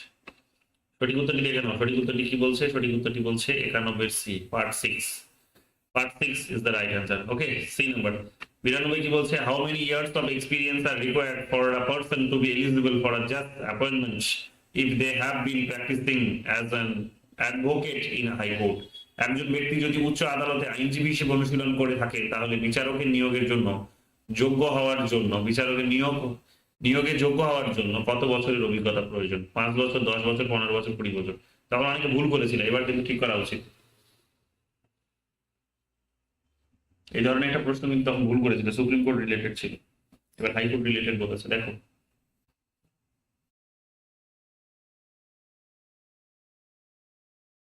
92, 92 বি বলছো? ওকে, 92 বি বলছো। 10 ইয়ার্স। অ্যাডভোকেট হিসেবে কত বছর?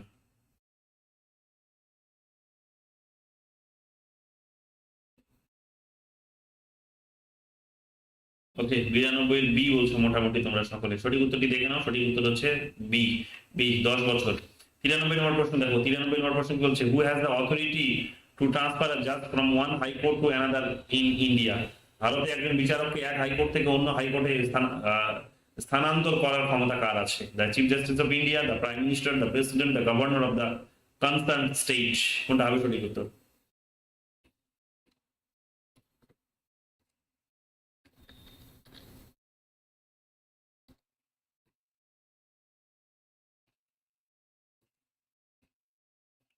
সংশ্লিষ্ট রাজ্যের রাজ্যপাল। কোনটা হবে সঠিক উত্তর বলো? The governor of the concern state, সংশ্লিষ্ট রাজ্যের রাজ্যপাল। 92, 92 আসবে এখনো, 93 চলে এসেছি আমি।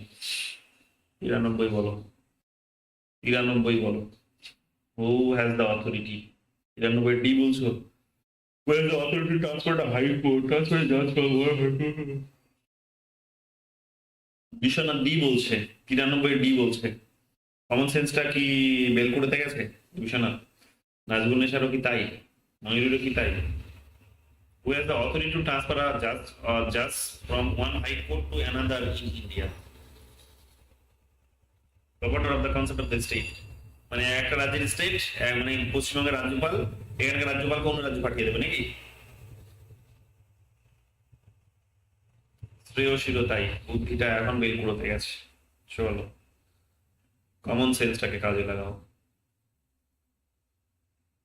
93 বলছো সি। চলো সঠিক উত্তরটি দেখে নাও, সঠিক উত্তরটি হচ্ছে 93 সি, প্রেসিডেন্ট, সভাপতি। সরি রাষ্ট্রপতি, প্রেসিডেন্ট মানে রাষ্ট্রপতি, সভাপতি নিয়ে এখানে ভুল বলেছে, রাষ্ট্রপতি। ঠিক আছে।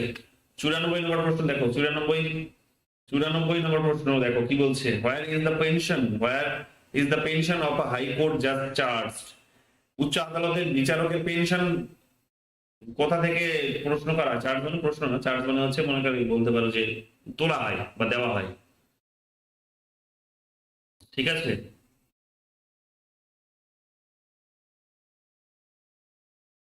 সেটাই, সেটাই গভর্নরকে জানাতে হয়। প্রশ্ন সেটা তো ছিল না, প্রশ্ন ছিল খুব স্ট্রেট ফরওয়ার্ড। বলেছিলাম বেতন কোথা থেকে দেওয়া হয়, যদি এখানে এখানে বলেছে যে এটা কোথা থেকে দেওয়া হয়, পেনশন কোথা থেকে দেওয়া হয় বলছে, তাহলে বলো পেনশন তো বুঝলাম।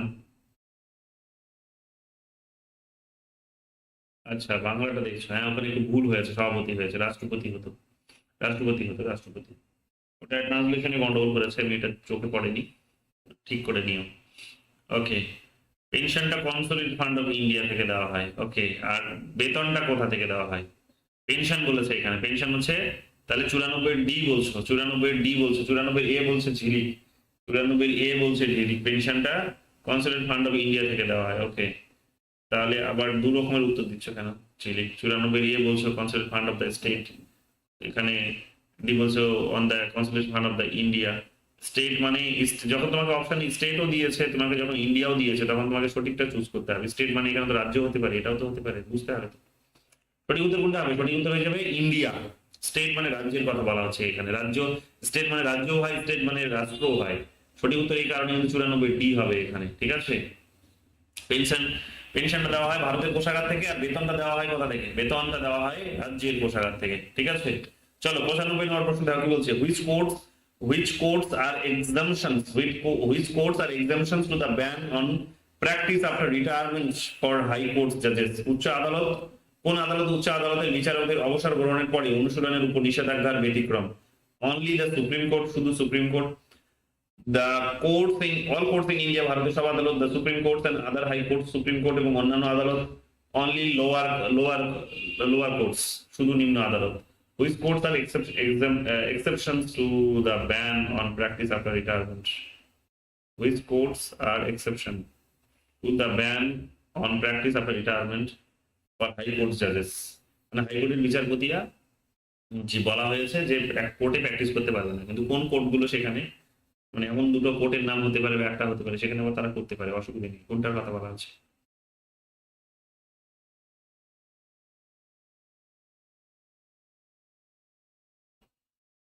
95 বলছে ময়ূরী। ওকে, বাকিরা?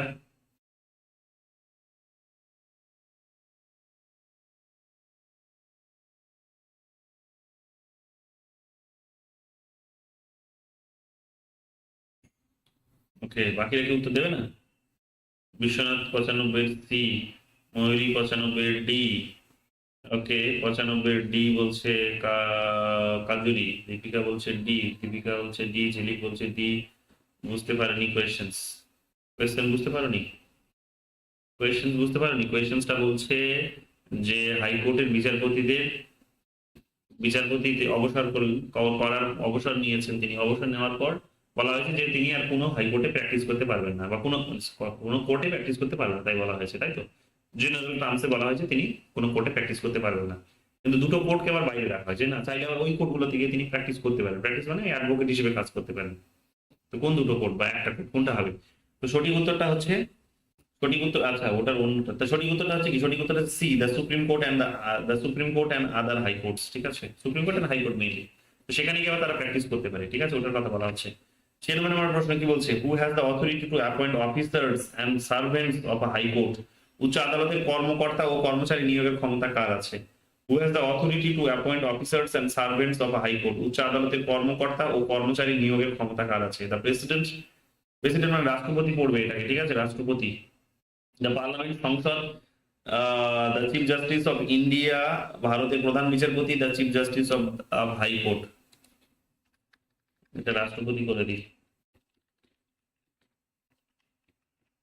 ঠিক আছে? রাষ্ট্রপতি, রাষ্ট্রপতি করে দিলাম এটাকে।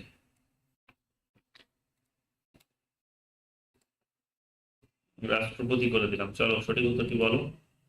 95, 96 এর তোমরা বলছো এ, 96 এর বলছে সি, 96 এর এ, 96 এর ডি, মিশ্র প্রতিক্রিয়া। Who has the authority to appoint officers and servants of a high court?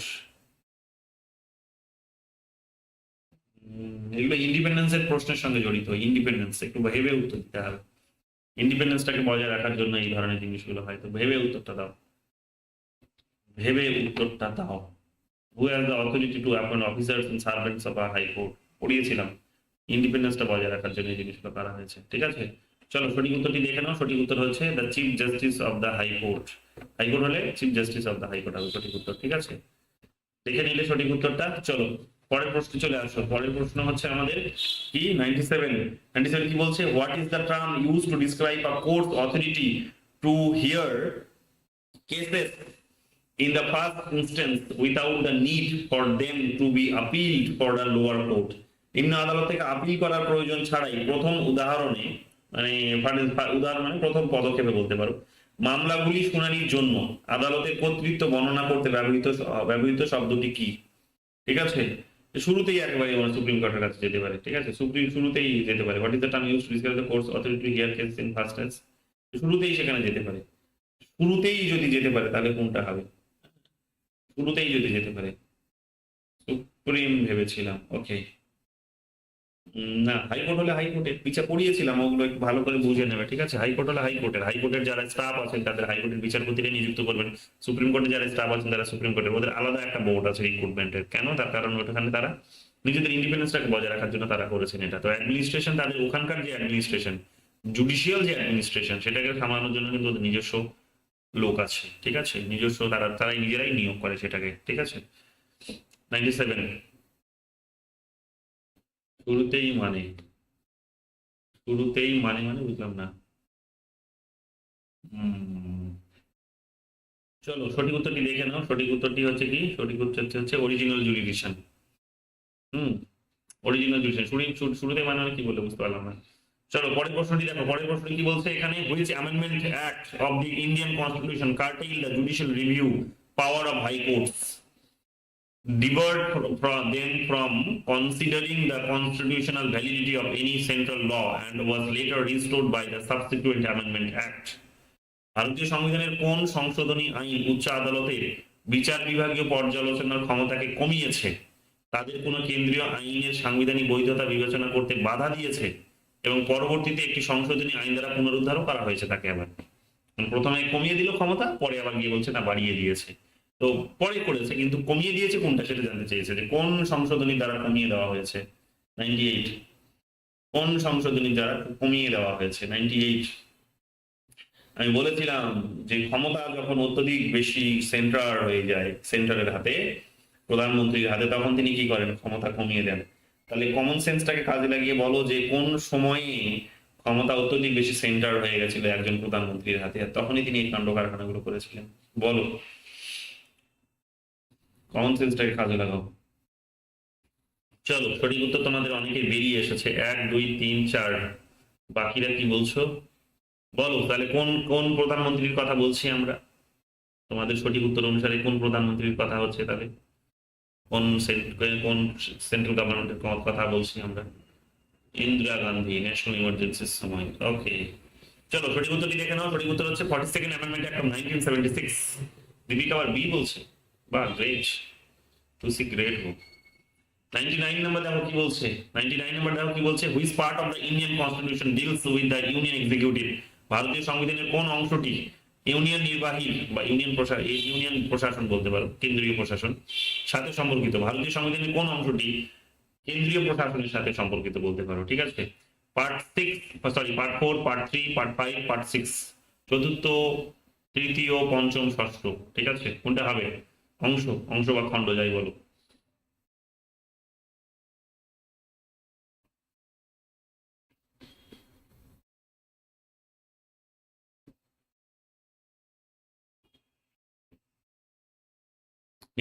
which part of the Indian Constitution deals with the Union Executive? Union executive কোন পার্টটি ডিল করছে? 99 এর সি। ওকে, চলো সঠিক উত্তর পেয়ে গেছি। Last questions of the day, আজকে কোনো ফাউটাও থাকবে না। সঠিক উত্তরটি দেখে নাও, part C, last questions of the day. আজকে কোনো ফাউটাও থাকবে না, আমি ফুচকার স্টল লাগাইনি তাই আজকে ফাউ দেবো না। Who is the first citizen of India? ভারতের প্রথম নাগরিক কে? Prime minister, vice president, attorney general? কেউ বোধহয় একদিন আমাকে জিজ্ঞেস করেছিলেন, কি একটা জিজ্ঞেস করে, এই ধরনের একটা কিছু প্রশ্ন তোমরা আমাকে কেউ জিজ্ঞেস করেছিলে, যে ও ফার্স্ট লেডি বলেছিলে, ফার্স্ট লেডি। ঠিক আছে, ফার্স্ট লেডি বলেছিলে। তাহলে ওনার হাজবেন্ড, হ্যাঁ ওনার হাজবেন্ডকে তাহলে কি বলা হবে? এই ধরনের কিছু একটা প্রশ্ন কেউ কোনো একদিন তোমরা করেছিলে আমাকে, জানি না কে করেছিলে। ওকে, কাজুরি বলছে এ, অনেক আত্মবিশ্বাসের সঙ্গে বলছে এ প্রথম নাগরিক। সঠিক উত্তর 3, 4 বার 5 বার লিখেছে ওই এ। ওকে, দেখা যাক সঠিক উত্তর কি দিয়েছে, এত আত্মবিশ্বাস কাজুরির। দেখা যাক, আবার লিখে আবার পরেরটা কেটে দিল। দেখি সঠিক উত্তর কে দেয়। 100 সঠিক উত্তর কাজুরি আগেরটাও কেটে দিল, পরেরটাও কেটে দিল। এত আত্মবিশ্বাস, লুটিয়ে পড়লো। ঠিক আছে, ধুলোই লুটোপুটি খাচ্ছে। এত আত্মবিশ্বাস। বাকিদের আর কারো আত্মবিশ্বাস আছে? Deepika 90 out of 100। ওকে,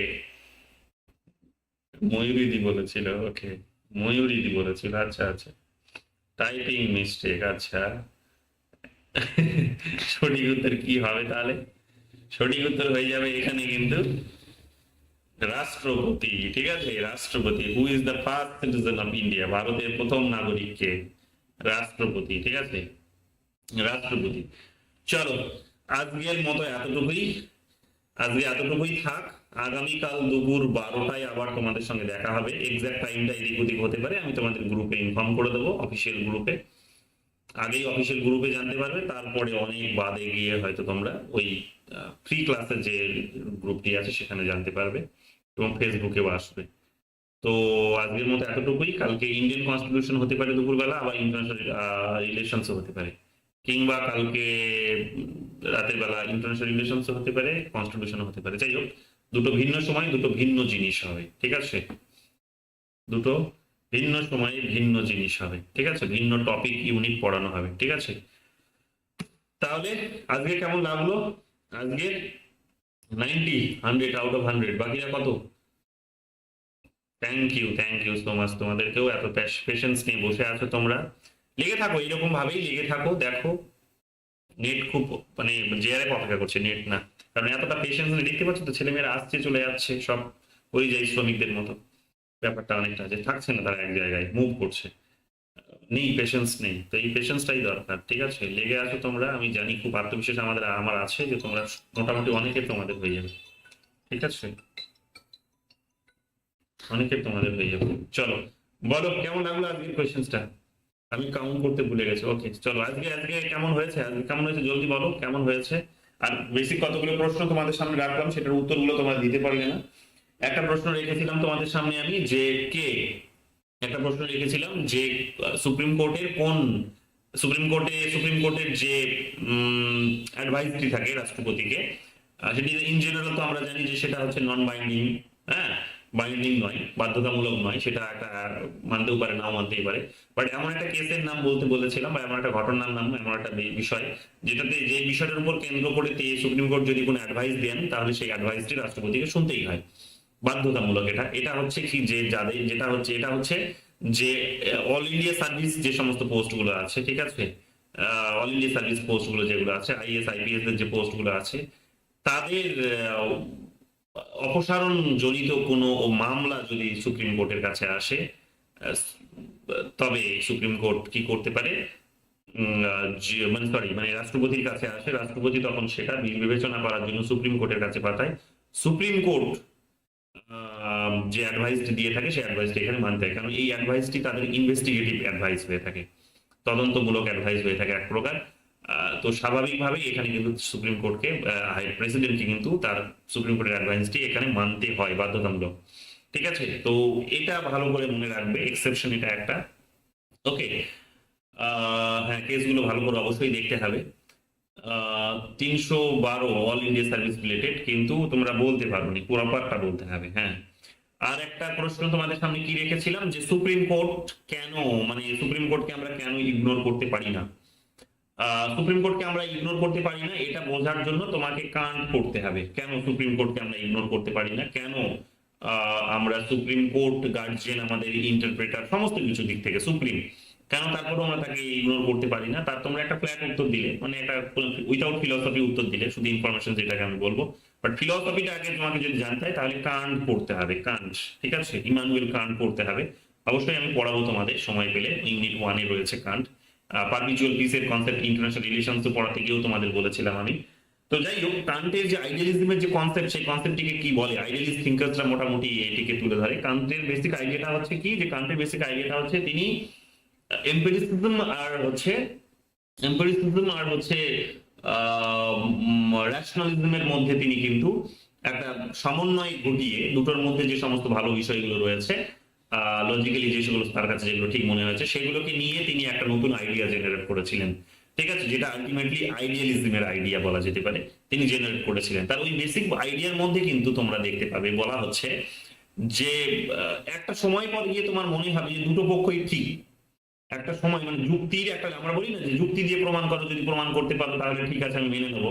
কথাটা হচ্ছে তোমরা ওই যুক্তি পর্যন্ত আটকে গেছো, তো যুক্তির পরেও একটা বাস্তব সত্য হচ্ছে যে যুক্তির একটা লিমিটেশন আছে, এমন একটা সময় আসবে তখন তুমি সেটাকে যুক্তি দিয়ে প্রমাণ করতে পারবে না, যুক্তি দিয়ে তুমি প্রমাণ করতে পারবেই না কোনোদিন, ঠিক আছে।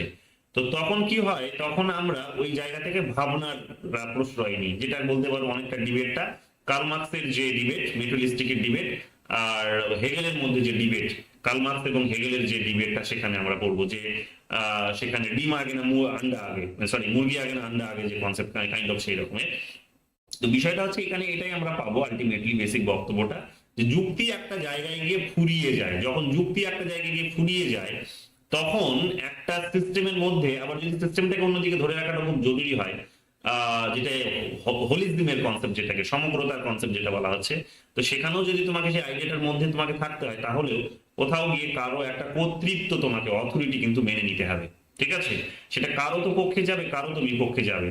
তো ওটা টাইমে টাইমে এই কারণে সুপ্রিম কোর্ট কি করে, নিজের মতো করে ইন্টারপ্রেট করে, যে কোন সময়ের জন্য কোনটা অ্যাপ্রোপ্রিয়েট হবে। দেখবে তোমরা যে সুপ্রিম কোর্ট একটা সময় জাজমেন্ট দিয়েছে, সেই জাজমেন্টটা তখন ঠিক মনে হয়েছে, সেটা মানুষ একসেপ্ট করেছে, পরবর্তীকালে সুপ্রিম কোর্ট নিজেই সেই জাজমেন্টটাকে বদলাচ্ছে। যেমন তোমরা দেখবে এডিএম জবলপুর ভার্সেস শিবকান্ত শুক্লা যে কেসটি হয়েছিল 1976-এ, পরবর্তীকালে এই জাজমেন্টটাকে বদলে দিচ্ছে। তাহলে একটা যুক্তির ভিত্তিতে তারা সেটাকে ঠিক বলেছিল, পরে সেই যুক্তিটাকে এসে তারা কিন্তু নিজেরাই খণ্ডন করছে।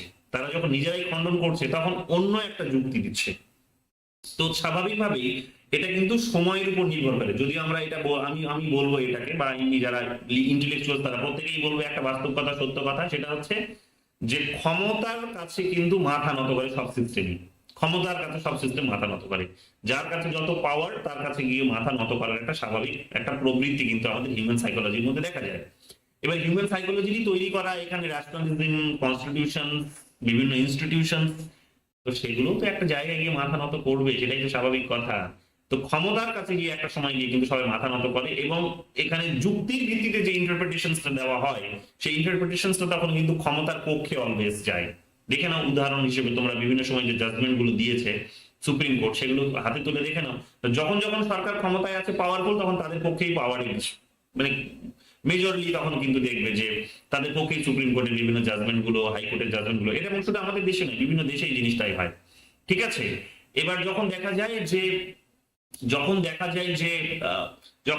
যে না কিছু আবার মানুষ তারা হয়তো ক্ষমতা লোভী কিছু নয়, তারা হয়তো মরতে ভয় পায় না, তারা হয়তো বিশেষ কোনো অবদান সমাজে রেখে যেতে চায়, টিএন সেশনের মতো মানুষ বলতে পারো, তারা হয়তো ভয় পায় না, বাস্তবটাকে বাস্তব বলতে জানে, ঠিক আছে, ক্ষমতার কাছে তারা মাথা নত করে না। তখন তোমরা দেখতে পাবে যে সেখানে কিন্তু তারা কিন্তু নিজের মতো করে সেখানে কিন্তু তাদের নিজের বিষয়টাকে কিন্তু জনগণের ভালোর জন্য কিন্তু চাপিয়ে দেয়। যখন করে তখন আলটিমেটলি কি হয় যে আমরা দেখতে পাই যে সেখানে কিন্তু একটা ভালো শাসন ব্যবস্থা প্রতিষ্ঠিত হয়। এবং আমি এটাও তোমাদের বলতে পারি যে এটা তোমাদের মানে আমরা কাউকে ব্লেম করতে পারি না, because we don't have any kind of evidence in our hand যে আমরা সেটা নিয়ে ব্লেম করতে পারি যে হ্যাঁ এই ভিত্তিতে। এটা জেনারেল প্রিন্সিপলস যে এটা সমস্ত দেশেই পৃথিবীর হয়, এটা যে মোটামুটি ভাবে বুঝে নাও যে আমাদের দেশের প্রধানমন্ত্রী প্রধান বিচারপতি এই মুহূর্তে বলছেন কি যে স্বাধীনতার ৭৬ বছর পরে এসেও এখন নাকি বিচার ব্যবস্থা 1% মানুষের হাতে পৌঁছেছে। তুমি এখন বিচারপতিদেরকে কি প্রশ্নটা করবে? তাহলে এই প্রশ্নটা নিশ্চয়ই তোমার থাকবে যে ৭৬ বছর ধরে তাহলে আপনারা করছেন কি, ৭৬ বছর ধরে আপনারা করছেন কি, এই প্রশ্ন তুমি নিশ্চয়ই করবে, যুক্তির ভিত্তিতেই করবে, যুক্তি দিয়েই করবে। কিন্তু ঠিক আছে, যুক্তি দিয়ে করলেও তোমার কাছে হয়তো এনাফ এভিডেন্স নেই, কাজে আমরা এটাকে লিগ্যাল প্রসেস হিসেবে দেখতে পারি না। বাট এটা একটা বাস্তব সত্য কথা নিয়ে মানতেই হবে যে বিচারপতি নিজেই বলছেন ৭৬ বছর পর, ৭৬ বছরে ধরেও আমরা এইটাকে সিস্টেমটাকে চালাচ্ছি, কিন্তু এখনো পর্যন্ত 1% মানুষের কাছে সেটাকে কিন্তু গ্রহণযোগ্য করে তোলা গেছে বা অ্যাক্সেসিবল হয়েছে। ৭৬ বছর ধরে করলেনটা কি আপনারা, আপনাদের সিস্টেমটা করলোটা কি, এটা তো প্রশ্ন থাকবেই। তো এখান থেকেই আমি তোমাদের বলবো যে নিজের মতো করে বাকিটা বুঝে নাও, এত ডিটেলসে বলা উচিত নয়, because it's a public forum. Okay, চলো, আশা করি তোমাদের খিদে মেটাতে পেরেছি আজকের জন্য, ফিলোসফির খিদেটা। যদি কোনো কনফিউশন থেকে থাকে তাহলে আমাকে ওভার ফোনে কথা বলতে পারো। বাকিটা কি ব্যস্ত থাকলে অবশ্যই রিপ্লাই পাবে না, বাকিটা পরীক্ষার পর কথা হবে, এবং পরীক্ষাটা যেভাবে চলছে এরকম পরীক্ষার ক্লাসেই কথা হবে। চলো।